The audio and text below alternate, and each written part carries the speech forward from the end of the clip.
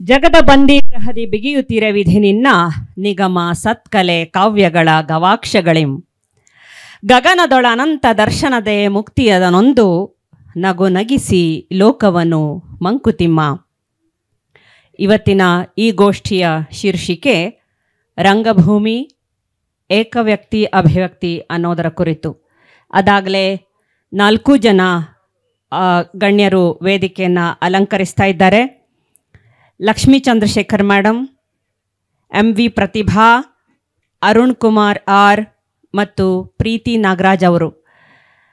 ಈ 4 ಪರಿಣಿತರನ್ನು, ರಂಗಭೂಮಿಯ ಪರಿಣಿತರನ್ನು ನಾನು ಪ್ರೀತಿಪೂರ್ವಕವಾಗಿ ಬುಕ್ ಬ್ರಹ್ಮ ತಂಡದಿಂದ ಆಹ್ವಾನಿಸ್ತಾ ಇದ್ದೇನೆ. ಈ ಕಾರ್ಯಕ್ರಮದ ಸಂಚಾಲಕತ್ವವನ್ನು ಅರುಣ್ ಕುಮಾರ್, ಪ್ರೀತಿ ನಾಗರಾಜ್ ಮೇಡಮ್ ವಹಿಸ್ಕೊಳ್ಬೇಕು ಅಂತ ಕೇಳ್ಕೊಳ್ತೇನೆ. ಈ ಕಾರ್ಯಕ್ರಮಕ್ಕೆ ನಮಗೆ ಪ್ರಾಯೋಜಕತ್ವವನ್ನು ಕೊಟ್ಟಿರುವಂತಹ ನೆಟ್ಕಲ್ಪ ಅವರಿಗೂ ಕೂಡ ಅನಂತ ಧನ್ಯವಾದಗಳು. ಇನ್ನೇನು ಕಾರ್ಯಕ್ರಮ ಶುರುವಾಗ್ತಿದೆ. ಈ ವೇದಿಕೆಯ ಮೂಲಕ ರಂಗಭೂಮಿಯ ಏಕವ್ಯಕ್ತಿ ಅಭಿವ್ಯಕ್ತಿಗಾಗಿ ನಾವೆಲ್ಲ ಕಿವಿಯಾಗೋಣ. ಧನ್ಯವಾದಗಳು. ಸಾಹಿತ್ಯದಲ್ಲಿ ರಂಗಭೂಮಿಗೂ ಒಂದು ಗುರುತರ ಸ್ಥಾನ ಇದೆ, ಮತ್ತು ರಂಗಭೂಮಿ ಕೂಡ ಒಂದು ಚರ್ಚೆಯ ವಿಷಯವಾಗುತ್ತೆ ಅಂತ ಅನ್ನೋದನ್ನು ಅವಕಾಶ ಮಾಡಿಕೊಟ್ಟಿರುವ ಬುಕ್ ಬ್ರಹ್ಮ ಆಯೋಜಕರಿಗೆ ಮತ್ತು ಈ 3 ದಿನದ ಸಂಭ್ರಮದ ರೂವಾರಿಗಳಿಗೆ ನಮ್ಮ ಧನ್ಯವಾದಗಳು. ನಾನು ಬರವಣಿಗೆ ಮತ್ತು ರಂಗಭೂಮಿ ಎರಡರ ನಡುವೆ ನಿಲ್ತೀನಿ. ಸಾಕಷ್ಟು ಜನ, ಲಕ್ಷ್ಮೀ ಮೇಡಮ್ ಕೂಡ ಬರೀತಾರೆ, ಪ್ರತಿಭಾನು ಬರೀತಾರೆ, ಅರುಣ್ ಕೂಡ ಬರೀತಾರೆ. ಸೊ ನಾವು ರಂಗಭೂಮಿ ಮತ್ತು ಬರವಣಿಗೆ ಎರಡರ ಸಂಕವಾಗಿ ಕೆಲವೊಂದು ಸಾರಿ ಕಾರ್ಯನಿರ್ವಹಿಸಿದ್ದೀವಿ. ಆದರೆ ಸೆಳೆತ ಹೆಚ್ಚು ಸಾಹಿತ್ಯಿಕವಾಗಿ ರಂಗಭೂಮಿ ಶ್ರೀಮಂತಿಕೆಯನ್ನು ಕೊಡುತ್ತೆ ಅಂತ ಎಷ್ಟೋ ಸಾರಿ ನಮಗನ್ಸಿದೆ. ಯಾಕೆಂದರೆ ಅದು ಏಕಮುಖ ಅಲ್ಲ. ರಂಗಭೂಮಿ ಅಂತನ್ನೋದು ಅಲ್ಲಿಂದ ಇಲ್ಲಿಗೆ ತಗೊಳ್ಳುವಂಥದ್ದು, ಇಲ್ಲಿಂದ ಅಲ್ಲಿಗೆ ಕೊಡುವಂಥದ್ದು. ಸೊ ಇವತ್ತಿನ ಚರ್ಚೆ ಏಕವ್ಯಕ್ತಿ ಅಭಿವ್ಯಕ್ತಿ ಅಂದರೆ one person performance, 1 woman show, 1 man show, ಎರಡೂ ಜೆಂಡರ್, ಒಂದು ಲಿಂಗ ನಿರ್ಬಂಧ ಆಗೋದ್ರಿಂದ 1 ಪರ್ಸನ್ ಪರ್ಫಾರ್ಮೆನ್ಸ್, ಏಕ ವ್ಯಕ್ತಿ ಪ್ರದರ್ಶನ, ಕನ್ನಡದಲ್ಲಿ ಅದ್ಭುತವಾದ ಟರ್ಮ್ ಇದು. ಇಲ್ಲಿರುವ 3 ಜನ ಪ್ಯಾನಲಿಸ್ಟ್ಸ್ ಏಕವ್ಯಕ್ತಿ ಪ್ರದರ್ಶನದಲ್ಲಿ ಸಾಕಷ್ಟು ಪರಿಣಿತರು.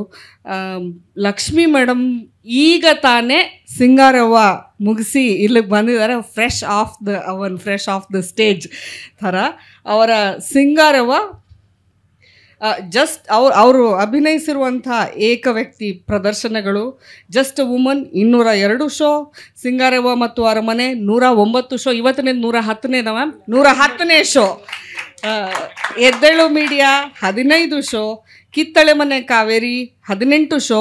ಸಾಕಷ್ಟು ಶೋಗಳನ್ನ ಅವರು 2 ಭಾಷೆಯಲ್ಲಿ ಮಾಡ್ತಾರೆ. ಇವತ್ತು ನೀವು ನೋಡಿದ್ದು ಇಂಗ್ಲೀಷಿನ ಅವತರಣಿಕೆ. ಇದನ್ನು ಕನ್ನಡದಲ್ಲಿ ಕೂಡ ಮೇಡಮ್ ಸಾಕಷ್ಟು ಅಷ್ಟೇ ಕಮಾಂಡಿಂಗ್ ಆಗಿ ಅಥವಾ ಅದಕ್ಕಿಂತ ಹೆಚ್ಚು ಕಮಾಂಡಿಂಗ್ ಆಗಿ ಮಾಡ್ತಾರೆ. ಲೇಡಿ ಮ್ಯಾಕ್ಬೆತ್ 3 ಶೋ, ಶೇಕ್ಸ್ಪಿಯರ್ನ ಶ್ರೀಮತಿ 21 ಶೋ, ಅಮಿಜಾನ್ 3 ಶೋ. ಪ್ರತಿಭಾ ಊರ್ಮಿಳಾ ನಾಟಕವನ್ನು ಏಕವ್ಯಕ್ತಿ ಪ್ರದರ್ಶನ ಮಾಡಿದ್ದಾರೆ. ಆಮೇಲೆ ನಮ್ಮ ಅರುಣ್ ಕುಮಾರ್ ಅವರು ಮಾತಾ ಮಂಜಮ್ಮ ಜೋಗತಿ ಅವರ ಜೀವನ ಕಥೆಯನ್ನು ಆಧಾರಿತ ಮಾತಾ ಅಂತನ್ನುವ ನಾಟಕದ 27 ಪ್ರದರ್ಶನಗಳನ್ನ ಮಾಡಿದ್ದಾರೆ. ಬೆಂಕಿ ರೂಟ್ ಹಾಡ್ಲಹಳ್ಳಿ ನಾಗರಾಜ್ ಅವರ ಜೀವನ ಚರಿತ್ರೆಯನ್ನು 1 ಪ್ರದರ್ಶನ ಮಾಡಿದ್ದಾರೆ. ಆದರೆ ಅದಕ್ಕೆ ಸಾಕಷ್ಟು ಪ್ರದರ್ಶನಗಳಾಗುವ ಅವಕಾಶ ಇದೆ. ಇಲ್ಲಿ ಮುಖ್ಯವಾಗಿ ಗಮನಿಸಬೇಕಾಗಿರೋದೇನು ಅಂತಂದರೆ, ಏಕವ್ಯಕ್ತಿ ಪ್ರದರ್ಶನದ ಥೀಮ್ ಏನಿದೆ, ಬಹುತೇಕ ಹೆಣ್ಣು ಮಕ್ಕಳ ಕಥೆಗಳಿವೆ ಅಥವಾ ಹೆಣ್ಣಾಗಲು ಹೊರಟ ಕಥೆ ಇದೆ. ಒಟ್ಟು ಹೋರಾಟದ ಕಥೆಗಳು ಅಂದರೆ ಅದು ವೈಯಕ್ತಿಕ ಆಗಬಹುದು ಅಥವಾ ಸಮಾಜದ ಜೊತೆ ಇರುವ ಹೋರಾಟ ಆಗಬಹುದು, 2 ಮಟ್ಟದ ಹೋರಾಟದ ಕಥೆಗಳು. ಈ ಏಕವ್ಯಕ್ತಿ ಪ್ರದರ್ಶನ ಐತಿಹಾಸಿಕವಾಗಿ ಇದು ಹೊಸದ ಅಂತಂದರೆ ಇಲ್ಲ. ಗ್ರೀಕ್ ರಂಗಭೂಮಿಯ ಕಾಲದಲ್ಲಿ ಕೂಡ ಏಕವ್ಯಕ್ತಿ ಪ್ರದರ್ಶನಗಳಿರ್ತಾ ಇತ್ತು. ಆಧುನಿಕ ರಂಗಭೂಮಿಯಲ್ಲಿಯೂ ಏಕವ್ಯಕ್ತಿ ಪ್ರದರ್ಶನ ಇದೆ. ಇಷ್ಟು ಪೀಠಿಕೆ ಹಾಕಿದ ಮೇಲೆ ನನ್ನ ಮುಖ್ಯವಾದ ಪ್ರಶ್ನೆ ಏನು ಅಂತಂದರೆ, ಏಕವ್ಯಕ್ತಿ ಪ್ರದರ್ಶನ ಮಾಡುವಾಗಿನ ನಿಮ್ಮ ಅನುಭವ. ಮತ್ತು ಬಹಳ ಜನ ಏನು ಅಂದ್ಕೊಳ್ತಾರೆ, ಏಕವ್ಯಕ್ತಿ ಪ್ರದರ್ಶನ ಬಹಳ ಸುಲಭ, ಅಂದರೆ ನಾ ಏನು ಟೀಮ್ ಕರ್ಕೊಂಡು ಹೋಗಬೇಕಾಗಿಲ್ಲ. ಇದು ನಿಜಾನಾ? ನಾ ಇಡೀ ಟೀಮ್ ಮ್ಯಾನೇಜ್ ಮಾಡಬೇಕಾಗಿಲ್ಲ, ನಾನೊಬ್ಬಳೇ ಬರ್ತೀನಿ ಅಥವಾ ನಾನೊಬ್ಬನೇ ಬರ್ತೀನಿ, ನಂದು ಸೆಟ್ಟು, ನನ್ನ ಲೈಟು, ಮ್ಯೂಸಿಕ್ ಹ್ಯಾಂಡಲ್ ಮಾಡೋರೊಬ್ಬರು ಕರ್ಕೊಂಡು ಬರ್ತೀನಿ ಅಷ್ಟೇ. ಅದು ಸುಲಭನಾ ಅಂತ ಒಂದು ಕುತೂಹಲದ ಪ್ರಶ್ನೆ. ಪ್ರತಿಭಾ, ನಿಮ್ಮಿಂದ ಶುರು ಮಾಡೋಣ. ಎಲ್ಲರಿಗೂ ಪ್ರೀತಿಯ ನಮಸ್ಕಾರ. ಮೊದಲನೇದಾಗಿ ಸಾಹಿತ್ಯ ಉತ್ಸವದಲ್ಲಿ ಪ್ರೀತಿಯವರು ಹೇಳಿದ ಹಾಗೆ ಒಂದು ರಂಗಾನುಭವದ ವೇದಿಕೆಯನ್ನು, ಅಭಿವ್ಯಕ್ತಿಯನ್ನು ಏರ್ಪಡಿಸಿರೋದು, ಅದರಲ್ಲೂ ವಿಶೇಷವಾಗಿ ಏಕವ್ಯಕ್ತಿ ಪ್ರಯೋಗದ ಕುರಿತು ಒಂದು ಅಭಿವ್ಯಕ್ತಿಯನ್ನು ಒಂದು ಸೆಷನ್ ಇಟ್ಟಿರೋದಕ್ಕೆ ಅಭಿನಂದನೆಗಳನ್ನ ಹೇಳೋಕ್ಕೆ ಇಷ್ಟಪಡ್ತೀನಿ. ನೇರವಾಗಿ ಪ್ರಶ್ನೆಗೆ ಬರೋದಾದರೆ, ಇದು ಒಂದು ರಂಗವಲಯದಲ್ಲೇ ಹೆಚ್ಚಾಗಿ ಚರ್ಚಿತವಾಗುವಂತಹ ವಿಚಾರ. ಟೀಮ್ ವರ್ಕೇ ಅಲ್ಲ ಅಥವಾ ಬಹಳ ಸುಲಭ ಅಂತ. ನೇರವಾಗಿ ರಂಗಭೂಮಿನೇ ಬಹಳ ಸರಳ, ಆದರೆ ಸುಲಭ ಖಂಡಿತ ಅಲ್ಲ. ಯಾಕೆಂದರೆ ಸರಳವಾಗಿರೋದೆಲ್ಲವೂ ಕೂಡ ಸುಲಭ ಅಲ್ಲವೇ ಅಲ್ಲ ಅಂತ ನಾನು ಅಂದ್ಕೊಂಡಿದ್ದೀನಿ ವೈಯಕ್ತಿಕವಾಗಿ. ಟೀಮ್ ವರ್ಕ್ ಅಲ್ಲ ಅಂತ ಅನ್ನೋದಕ್ಕೆ ಉದಾಹರಣೆಗಳು ರಂಗಭೂಮಿಯಲ್ಲಿ ಏಕವ್ಯಕ್ತಿ ರಂಗ ಪ್ರಯೋಗದಲ್ಲಿ ಈಗ ತಾನೇ ಲಕ್ಷ್ಮೀ ಮೇಡಮ್ ಪ್ರಯೋಗನೂ ನಾವು ನೋಡಿದ್ವಿ. ನಟಿಸೋರು ನಟ ಅಥವಾ ನಟಿ ಒಬ್ಬರೇ ಇದ್ರೂ ಅದೊಂದು ಟೀಮ್ ಆಗೇ ಇರುತ್ತೆ. ಕೃತಿಕಾರರಿಂದ ಹಿಡಿದು, ಕೃತಿ ಬರೆದಂಥವರಿಂದ ಹಿಡಿದು, ಒಬ್ಬ ನಿರ್ದೇಶಕರಿಂದ ಹಿಡಿದು, ತಂತ್ರಜ್ಞರಿಂದ ಹಿಡಿದು, ಅಲ್ಲಿ ಬೆಳಕಿಗೆ, ಸಂಗೀತಕ್ಕೆ ಎಲ್ಲರೂ ನಮ್ಮ ಜೊತೆಲಿ ಕೈ ಜೋಡಿಸ್ಬೇಕಾಗತ್ತೆ. ಹಾಗಾಗಿ ಇದೊಂದು ಖಂಡಿತವಾಗಿಯೂ ಟೀಮ್ ವರ್ಕೇ ಆಗಿರುತ್ತೆ. ಸುಲಭನ ಅನ್ನೋ ಪ್ರಶ್ನೆ ತೆಗೆದುಕೊಂಡಾಗ ಟೋಟಲಾಗಿ ರಂಗಭೂಮಿನೇ ಸುಲಭ ಅಲ್ಲ, ಸಹಜವಾದ್ದು, ಸರಳವಾದ್ದು. ನಾವು ಟೀಮ್ ವರ್ಕಿಗೆ ಹೋಲಿಸಿದ್ರೆ ಸುಲಭನ ಅಂತ, ಟೀಮ್ ವರ್ಕಿಗೆ ಹೋಲಿಸಿದ್ರೆ ಸುಲಭನ ಅಂತಂದಾಗ ಸ್ವಲ್ಪ ಕಷ್ಟ. ಅದನ್ನು ಕಷ್ಟಪಟ್ಟರೆ ನಂತರ ಸುಲಭ ಖಂಡಿತ ಆಗತ್ತೆ. ಒಂದು ರಿಹರ್ಸಲ್ ತುಂಬಾ ಬೇಕಾಗ್ತದೆ, ಮತ್ತೊಂದು ಮನಸ್ಥಿತಿ, ಮತ್ತು ಅದ್ರ ಜೊತೆಯಲ್ಲಿ ಒಂದು ದೊಡ್ಡ ಉದ್ದನಾದ ಒಂದು ಸ್ಕ್ರಿಪ್ಟನ್ನು ನಾವು ಅದೇ ರೀತಿಯಾಗಿ ಪ್ರೆಸೆಂಟ್ ಮಾಡ್ತಾ ಹೋಗುವಾಗ, ಈಗ ಟೀಮ್ ವರ್ಕಲ್ಲಾದರೆ ನಮಗೆ ಇನ್ನೊಂದು ಪಾತ್ರ ನಮಗೆ ಕೊಡುತ್ತೆ, ಒಂದು ಕ್ಲೂ ಕೊಡುತ್ತೆ, ಆಮೇಲೆ ನಮಗೊಂದು ಕಂಟಿನ್ಯೂಟಿ ಸಿಗುತ್ತೆ, ಒಂದು ಫ್ಲೋ ಸಿಗ್ತದೆ. ಆದರೆ ಇಲ್ಲಿ ಹಾಗಲ್ಲ. ನಾನು ನಟಿಯಾಗಿ ಒಂದು ಮರೆತರೆ, ಒಂದು ಡೈಲಾಗ್ ಬಿಟ್ಟರೆ ಮತ್ತೆ ನೆನಪು ಮಾಡ್ಕೊಂಡು ಅದನ್ನೆಲ್ಲೋ ಒಂದು ಕಡೆ ಜಾಯಿಂಟ್ ಮಾಡ್ತಾ ಹೋಗಬೇಕಾಗತ್ತೆ. ಅದರ ಜೊತೆಯಲ್ಲಿ ಬಹಳ ಚಾಲೆಂಜಿಂಗ್ ಆದ್ದೇನು ಅಂತಂದರೆ ಪ್ರೇಕ್ಷಕರನ್ನ ಹಿಡಿದಿಡುವಂತಹ ಒಂದು ಕಲೆ ಬೇಕಾಗ್ತದೆ, ಮೊನಾಟನಸ್ ಅನ್ನಿಸದೇ ಇರೋ ಹಾಗೆ. ಯಾಕೆಂದರೆ ಇಡೀ ಪ್ರೇಕ್ಷಕರು ಒಂದೇ ಮುಖವನ್ನು ನೋಡ್ತಾ ಕೂರ್ತೇವೆ ಅಂತ ಹೊತ್ತಲ್ಲಿ ನಾವು ಹಿಡಿದಿಡಬೇಕಾಗತ್ತೆ. ರಂಗಚಲನೆ ಮುಖ್ಯ ಆಗತ್ತೆ, ನಮ್ಮ ತಾಂತ್ರಿಕತೆ ಕೂಡ ಮುಖ್ಯ ಆಗತ್ತೆ, ನಿರ್ದೇಶನ, ಕೃತಿ, ಒಂದು ಕೃತಿಯನ್ನು ಸಮುದಾಯಕ್ಕೆ ನಾವು ತಲುಪಿಸುವ ಮೀಡಿಯಮ್ ಆಗಿ ನಾಟಕ ಇರೋದ್ರಿಂದ ಎಷ್ಟರ ಮಟ್ಟಿಗೆ ನಾವು ಅದನ್ನು ತಲುಪಿಸ್ತೀವಿ ಅನ್ನೋದು ಟೀಮ್ ವರ್ಕಲ್ಲೂ ಒಂದು ಚಾಲೆಂಜಿಂಗ್ ಆಗಿರುತ್ತೆ. ಅದರಲ್ಲೂ ಏಕವ್ಯಕ್ತಿ ಅಭಿನಯದಲ್ಲಿ ಒಂದು ಸ್ಟೆಪ್ ಜಾಸ್ತಿಯೇ ಚಾಲೆಂಜಿಂಗ್ ಆಗಿರುತ್ತೆ. ಇದು ನಮ್ಮ ಅನೇಕ ವರ್ಷಗಳ ನಟನೆಗೆ ಒಂದು ಚಾಲೆಂಜಿಂಗ್ ಕೂಡ ಆಗಿರುತ್ತೆ ಅಂತ ಅಂದ್ಕೊಂಡಿದ್ದೀನಿ. ಥ್ಯಾಂಕ್ಸ್ ಪ್ರತಿಭಾ. ನಿಮ್ಮ ಊರ್ಮಿಳಾ 40 ಶೋ ಮಾಡಿದ್ದೀರಿ ಅಲ್ವಾ? ಲಕ್ಷ್ಮೀ ಮೇಡಮ್ ಈಗ ತಾನೇ ಏಕವ್ಯಕ್ತಿ ಪ್ರದರ್ಶನ ಮುಗಿಸಿ ಆ ಬಿಸಿಯಲ್ಲಿ ಇದ್ದೀರಿ. ಏಕವ್ಯಕ್ತಿ ಪ್ರದರ್ಶನ ಅಂತ ಅನ್ನೋದನ್ನು ಹೊತ್ತುಕೊಂಡು ನಡೆಯುವ ಭಾರ ಏನು? ಅಂದರೆ ಲಾಜಿಸ್ಟಿಕಲಿ ನಾವೇನು ಅಂದ್ಕೊಳ್ತೀವಿ, ಇಡೀ ಟೀಮ್ ಇಲ್ಲ, ಸೊ ಆಯೋಜಕರು ಖರ್ಚು ಬಗ್ಗೆ ಯೋಚನೆ ಮಾಡಲಿಕ್ಕಿಲ್ಲ ಅಂತ ಯೋಚನೆ ಮಾಡಿ. ಯಾಕಂದರೆ ರಂಗಭೂಮಿ ನಡೀತಾ ಇರೋದೇನೆ ಸ್ವಲ್ಪ ಉಸಿರು ತಗೊಳ್ಳೋದೇನೆ ಬಹಳಷ್ಟು ಮಾಡೆಸ್ಟ್ ಆದ ಖರ್ಚಿನ ಮೇಲೆ. ಹಾಗಿದ್ದಾಗ ಏಕವ್ಯಕ್ತಿ ಪ್ರದರ್ಶನದ ಭಾರ ಏನು? ಒಂದು ರೀತಿಯಲ್ಲಿ ಇದು ಭಾರ, ಒಂದು ರೀತಿಯಲ್ಲಿ ಇದು ಹಗುರ. ಯಾಕೆಂದರೆ ನಾನು ನನ್ನೊಬ್ಬಳನ್ನು ತಯಾರಿ ಮಾಡ್ಕೊಳ್ಬೇಕು. ಆದರೆ ನಾನೊಬ್ಬಳ ತಯಾರಿ ಹಿಂದೆ ಸಾಕಷ್ಟು ಜನರ ಕೆಲಸ ಇರುತ್ತೆ, ಶ್ರಮ ಇರುತ್ತೆ. ಅದಕ್ಕೆ ಒಂದು ಸ್ಕ್ರಿಪ್ಟ್ ಯಾರು ಬರೀತಾರೆ ಅನ್ನೋದು ಬೇರೆ. ನನ್ನ ಅದೃಷ್ಟ ಅಂದರೆ ಮುಕ್ಕಾಲು ಸ್ಕ್ರಿಪ್ಟ್ಗಳನ್ನೆಲ್ಲ ನಾನೇ ಬರ್ಕೊಂಡಿದ್ದೀನಿ. ಅದು ಅಲ್ಲಿಂದ ಶುರುವಾಗುತ್ತೆ. ಯಾಕೆಂದರೆ ಏಕವ್ಯಕ್ತಿ ರಂಗ ಪ್ರದರ್ಶನಕ್ಕಾಗಿ ಬರೆದಂಥ ಸ್ಕ್ರಿಪ್ಟ್ಗಳು ಬಹಳ ಕಡಿಮೆ, ಅದರಲ್ಲೂ ಹೆಣ್ಣಿಗಾಗಿ ಬರೆದದ್ದು.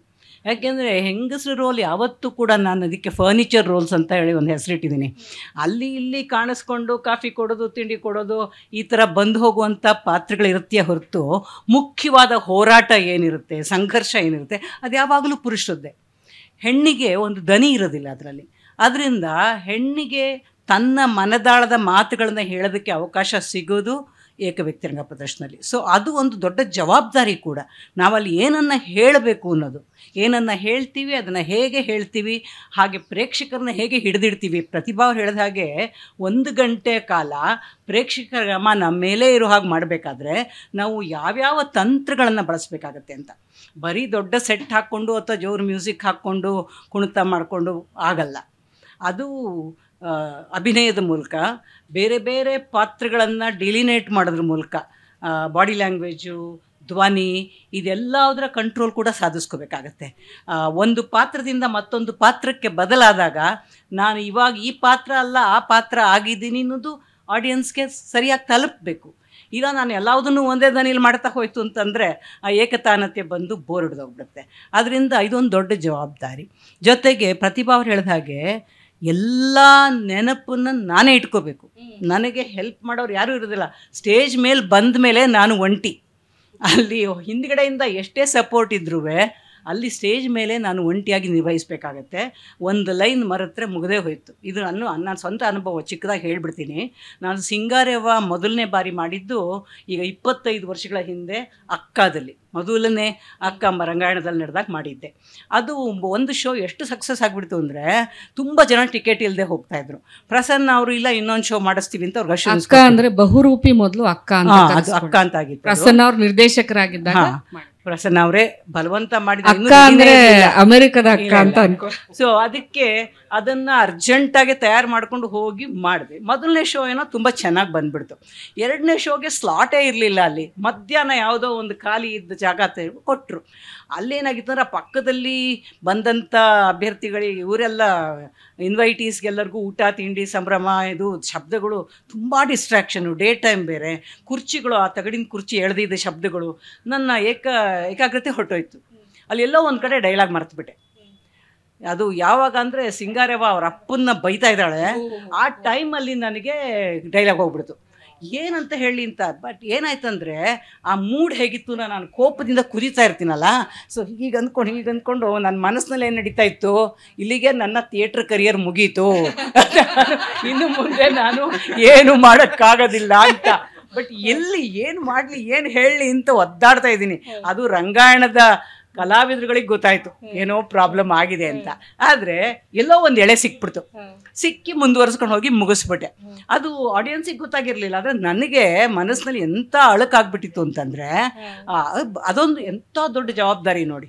ನೀವು ಸಾಕಷ್ಟು ತಾಲೀಮಿಲ್ದ ಸ್ಟೇಜ್ ಮೇಲೆ ಹೋಗೋಕ್ಕಾಗಲ್ಲ, ಆಯಿತಾ. ಆಮೇಲೆ ಆಡಿಯನ್ಸಿನ ಸ್ಪಂದನೆ ಇರುತ್ತಲ್ಲ, ಅದು ತುಂಬ ಮುಖ್ಯ ಆಗುತ್ತೆ. ಆಡಿಯನ್ಸ್ ಯಾಕೋ ನನ್ನ ಕಡೆ ಗಮನ ಕೊಡ್ತಾ ಇಲ್ಲ ಅಂದಾಗ ಎಲ್ಲೋ ಒಂದು ಕಡೆ ನಂದು ಮೂಡ್ ಆಫ್ ಆಗಿಬಿಡುತ್ತೆ. ಆವಾಗ ಕೂಡ ಏಕಾಗ್ರತೆಯನ್ನು ಕಳ್ಕೊಳ್ಳೋ ಚಾನ್ಸಸ್ ಇರುತ್ತೆ. ಸೊ ಸದಾ ಆಡಿಯನ್ಸ್ ನಮ್ಮ ಜೊತೆಗಿದ್ದಾರಾ ಅನ್ನೋದೊಂದು ಪ್ರಶ್ನೆ ಬರ್ತಾನೇ ಇರುತ್ತೆ. ಅದನ್ನು ಎದುರಿಸ್ಬೇಕಾಗತ್ತೆ. ಆಮೇಲೆ ನನ್ನ ಆರೋಗ್ಯ, ನನ್ನ ಫಿಟ್ನೆಸ್ನ ನಾನು ಕಾಪಾಡ್ಕೋಬೇಕು. ಅದಕ್ಕಾಗಿ ನನಗಿವತ್ತು ಸೋಲೋ ಶೋ ಇದೆ ಅಂದರೆ ಅದಕ್ಕಿಂತ 1 ವಾರ ಮುಂಚೆಯಿಂದ ನಾನು ಕರೆದು ತಿಂಡಿ, ಐಸ್ ಕ್ರೀಮು ಮತ್ತು ಬೇರೆ ಗಾಳೀಲಿ ಪ್ರಯಾಣ ಮಾಡೋದು ಎಲ್ಲ ನಿಲ್ಲಿಸ್ಬಿಡ್ಬೇಕು. ಗಂಟ್ಲು ಕಟ್ಬಿಟ್ರೆ ಮುಗ್ದೇ ಹೋಯ್ತು ನಾಟಕ. ಯಾಕೆಂದರೆ ನಾನು ಧ್ವನಿ ಬದಲಾಯಿಸೋಕ್ಕಾಗದೇ ಇದ್ದರೆ ನನಗೆಲ್ಲ ಗೊರಗರ ಅಂತ ಒಂದೇ ಧ್ವನಿ ಬರ್ತಾ ಇದ್ರೆ ಯಾರು ನೋಡ್ತಾರೆ ನನ್ನ? ಅದು ತುಂಬ ದೊಡ್ಡ ಜವಾಬ್ದಾರಿ. ಜೊತೆಗೆ ಇವತ್ತಿನ ದಿನ 4-5 ಜನರನ್ನ ತಂಡ ಇಟ್ಕೊಂಡು ನಾಟಕ ಮಾಡಿಸೋದು ಎಷ್ಟು ಕಷ್ಟ ಅಂತ ನಾನೊಬ್ಬ ಪ್ರೊಡ್ಯೂಸರ್ ಕೂಡ, ನಂದೇ ಒಂದು ಥಿಯೇಟರ್ ಗ್ರೂಪ್ ಇಟ್ಕೊಂಡಿದ್ದೀನಿ.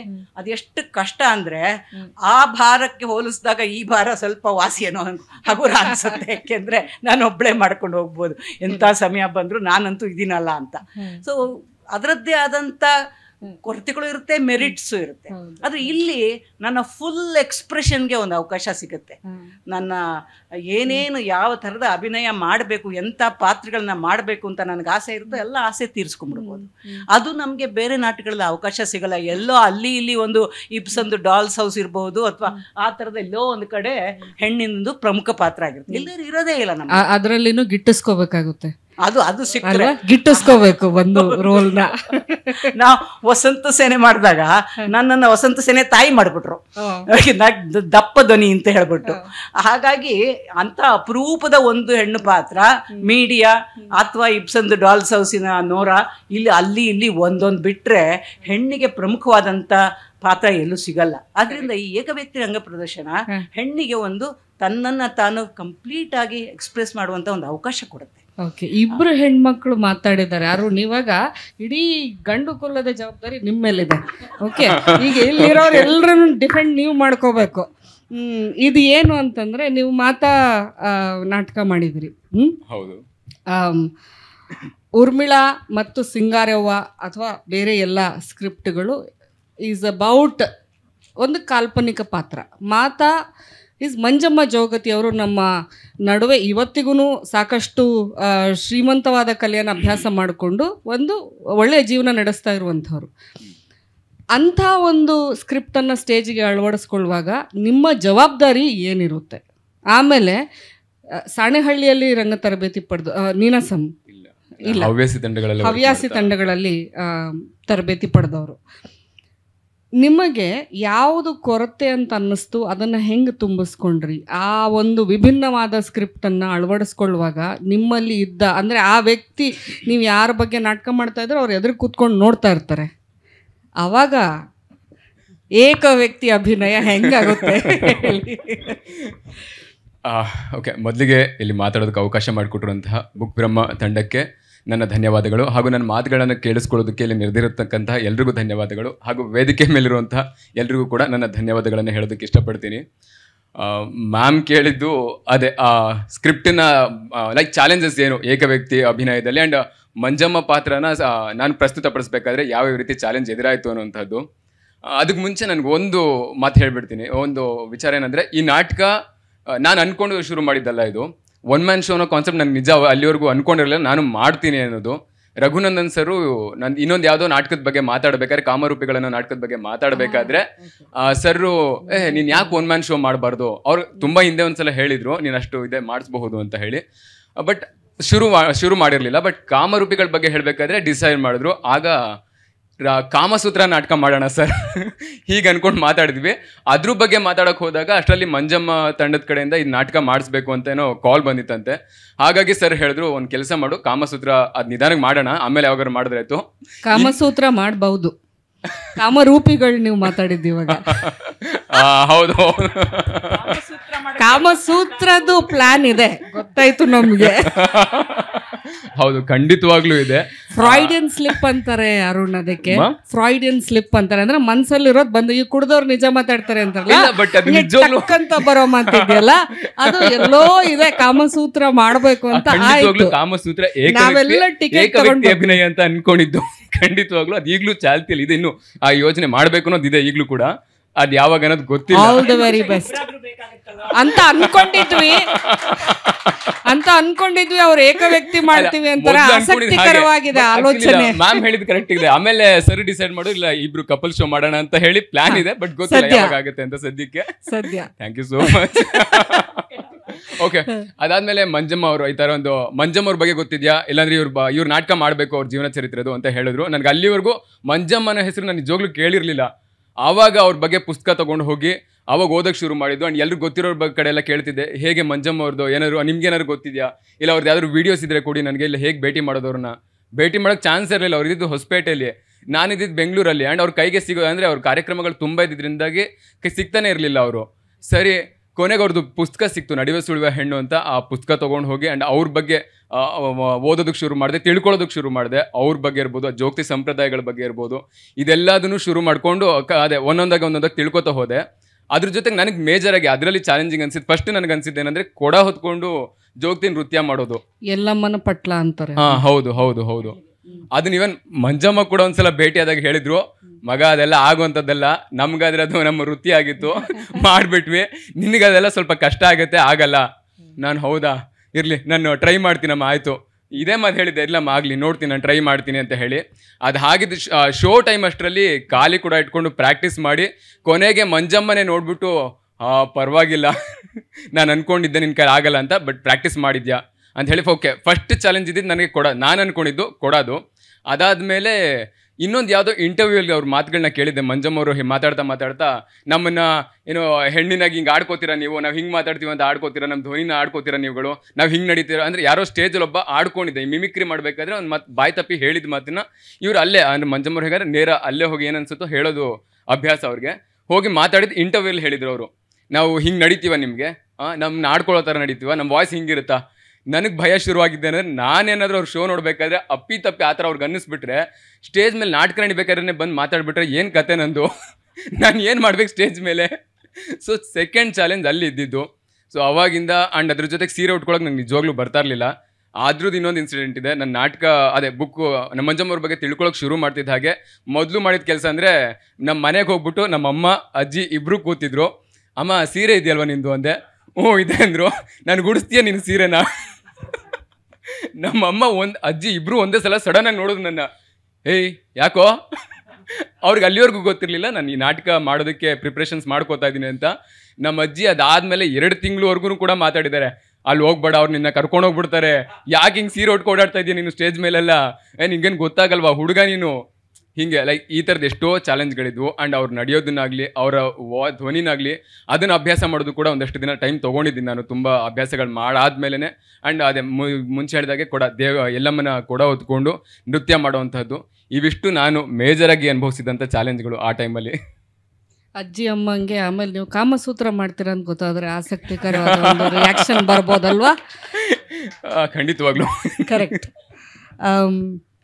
ಏಕವ್ಯಕ್ತಿ ಪ್ರದರ್ಶನ is a series of dialogues. It can even be a story, it can be narration, it can be poetry, ಅಥವಾ ಬೇಸಿಕ್ಲಿ ವರ್ಡ್ಸ್ ಇನ್ ಮೋಷನ್. ಅಲ್ಲಿ ಬೇರೆಯ ಸಾಂಘಿಕ ರಂಗಭೂಮಿಯಲ್ಲಿರುವ ಬ್ರೇಕ್ ಆಗಲಿ ಅಥವಾ ಪಾಸ್ಗಾಗಲಿ ಅಥವಾ ಬೇರೆ ಥರದ ಸಾಧ್ಯತೆಗಳಂದರೆ ಒಂದು ಸೀನ್ ಅಥವಾ ಒಂದು ಪ್ರೇಕ್ಷಕರ ಜೊತೆ ಇಂಟ್ರ್ಯಾಕ್ಟ್ ಮಾಡುವ ಒಂದು ಸಾಧ್ಯತೆ ಬೇರೆ ಬೇರೆ ಆಯಾಮಗಳ ಮೂಲಕ ಸಾಂಘಿಕ ರಂಗಭೂಮಿಯಲ್ಲಿ ಏನು ಸಾಧ್ಯ ಇದೆ ಅದು ಏಕವ್ಯಕ್ತಿ ಪ್ರದರ್ಶನದಲ್ಲಿ ಸಾಧ್ಯವಾಗಲಿಕ್ಕಿಲ್ಲ ಅಂತ ಅನಿಸುತ್ತಾ? ಇದು ಒಂದು ಪ್ರಶ್ನೆ. ಎರಡನೇದು, ಆನ್ ದ ಸ್ಪಾಟ್ ಇಂಪ್ರೂವೈಸೇಷನ್ ನಿಮಗೆ ಗೊತ್ತಾಗತ್ತಾ? ಅಂದರೆ ಪ್ರೇಕ್ಷಕರ ರಿಯಾಕ್ಷನ್ ರೆಸ್ಪಾನ್ಸ್ ನೋಡಿಕೊಂಡು ನೀವು ಅದನ್ನು ಆನ್ ದ ಸ್ಪಾಟ್ ಇಂಪ್ರೂವೈಸ್ ಮಾಡೋಕ್ಕಾಗತ್ತಾ? ಮೊದಲನೇದು, ಬೇರೆ ಬೇರೆ ಆಯಾಮಗಳ ಮೂಲಕ ಒಂದು ಸಾಧ್ಯತೆ ಏನು ರಂಗಭೂಮಿ ಮತ್ತು ನಿಮ್ಮ ಅಭಿನಯ ಪ್ರೇಕ್ಷಕರಿಗೆ ದಾಟತ್ತೆ, ಅದು ಸ್ವಲ್ಪ ಕಡಿಮೆ ಆಗ್ಬೋದು ಅಂತ ಅನ್ಸುತ್ತಾ? ಮತ್ತು ಪ್ರೇಕ್ಷಕರ ರೆಸ್ಪಾನ್ಸನ್ನು ನೀವು ಮೆಜರ್ ಮಾಡೋಕ್ಕೆ ಸಾಧ್ಯ ಆಗ್ತಾ ಇದೆಯಾ? ಅದ್ರ ಮೇಲೆ ಇಂಪ್ರೂವೈಸ್ ಮಾಡ್ತೀರಾ? ಓಕೆ, ಒಂದು ನಾಟಕದಲ್ಲಿರುವ ಭಾಳ ದೊಡ್ಡ ಅಡ್ವಾಂಟೇಜ್ ಆ್ಯಂಡ್ ಸೀಕ್ರೆಟ್ ಏನು ಅಂತಂದರೆ, ಸೋ ಮೆನಿ ಟೈಮ್ಸ್ ನಿಮ್ಗಿಲ್ಲಿರೋ ಎಲ್ಲ ಪ್ರೇಕ್ಷಕರಿಗೂ ಗೊತ್ತಿರುತ್ತೆ, ನಮಗೆ ಲೈಟ್ ಆನ್ ಆಗಿರುತ್ತೆ, ನಿಮಗೆ ಲೈಟ್ ಆಫ್ ಆಗಿರುತ್ತೆ. ಅದು ಭಾಳ ಕಂಫರ್ಟ್ ಕೂಡ ನಟರಿಗೆ. ಆದರೆ ನಮ್ಮ ಏಕವ್ಯಕ್ತಿ ಪ್ರಯೋಗ, ನಾನು ಮಾಡಿದ ಏಕವ್ಯಕ್ತಿ ಪ್ರಯೋಗ ಬಹಳಷ್ಟು ಇಂಟಿಮೇಟ್ ಥಿಯೇಟ್ರ್ಗಳಲ್ಲಿ ಇರ್ತಿತ್ತು.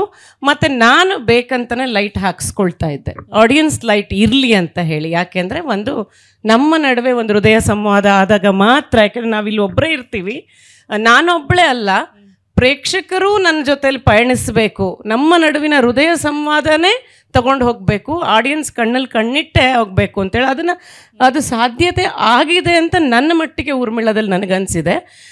ಎಲ್ಲೂ ಮನಾಟನಸ್ ಆಗದೆ ಇರಂಗೆ. ಹೌದು, ನಿಜವಾಗ್ಲೂ ನಮಗೆ ತುಂಬ ಡಿಸ್ಟರ್ಬ್ ಆಗುತ್ತೆ ಕೆಲವು ಸಲ.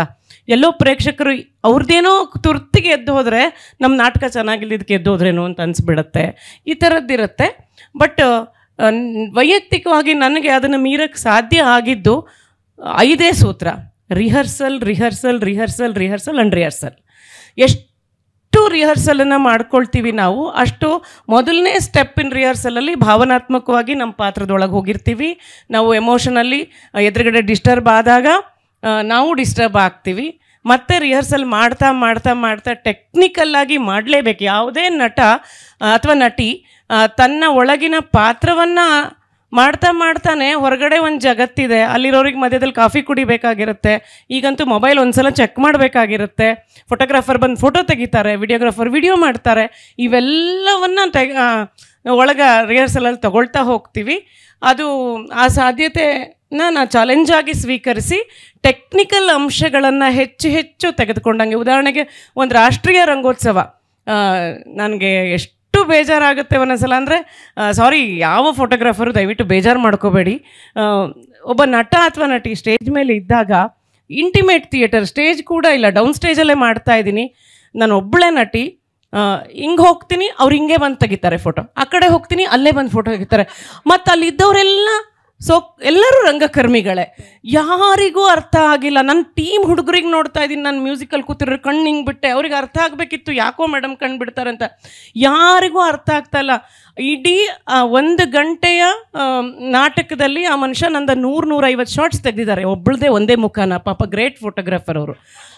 ಆದರೆ ನನಗಾಗಿದ್ದು ಹಿಂಸೆ ಇತ್ತಲ್ಲ, ಸಿಟ್ಟು ಬಂದ ಟೈಮಲ್ಲೆಲ್ಲ ಕ್ಯಾಮ್ರಾ ಕಡೆನೇ ನೋಡಿ ಸಿಟ್ಟು ಮಾಡಿದ್ದೀನಿ.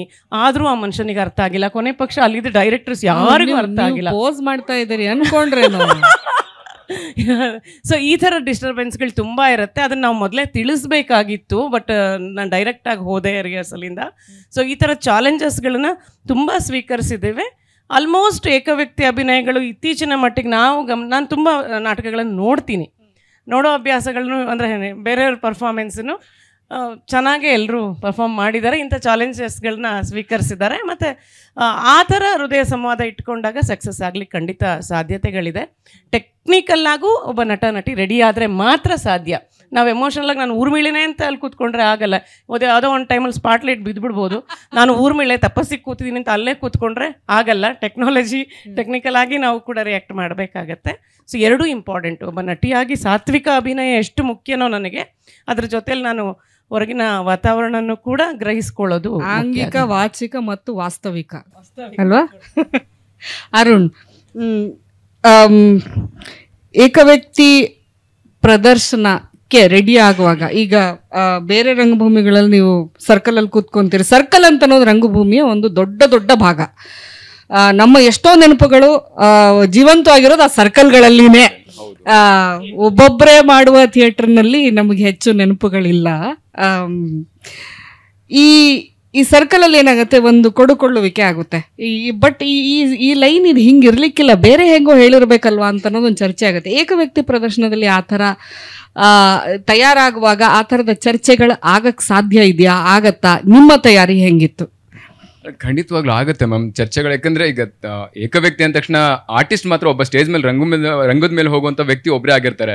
ಬಟ್ ರಂಗದ ಹಿಂದೆ ದುಡಿಯುವಂತವ್ರು ತುಂಬಾ ಜನ ಇರ್ತಾರಲ್ಲ, ಅವರು ಕೂಡ ನಮ್ಮ ಜೊತೆ ರನ್ನಲ್ಲಿ ಇರ್ದೇ ಇರ್ತಾರೆ. ರಿಹರ್ಸ್ ಮಾಡ್ಬೇಕಾದ್ರೆ ಅವರು ತಾಲೀಮ್ನ ನೋಡ್ತಿರ್ತಾರೆ. ಇವನ್ ಅವರು ಭಾಗನೇ, ಆಕ್ಚುಲಿ ನಾಟಕದ ಭಾಗನೇ ಅವರು ಕೂಡ.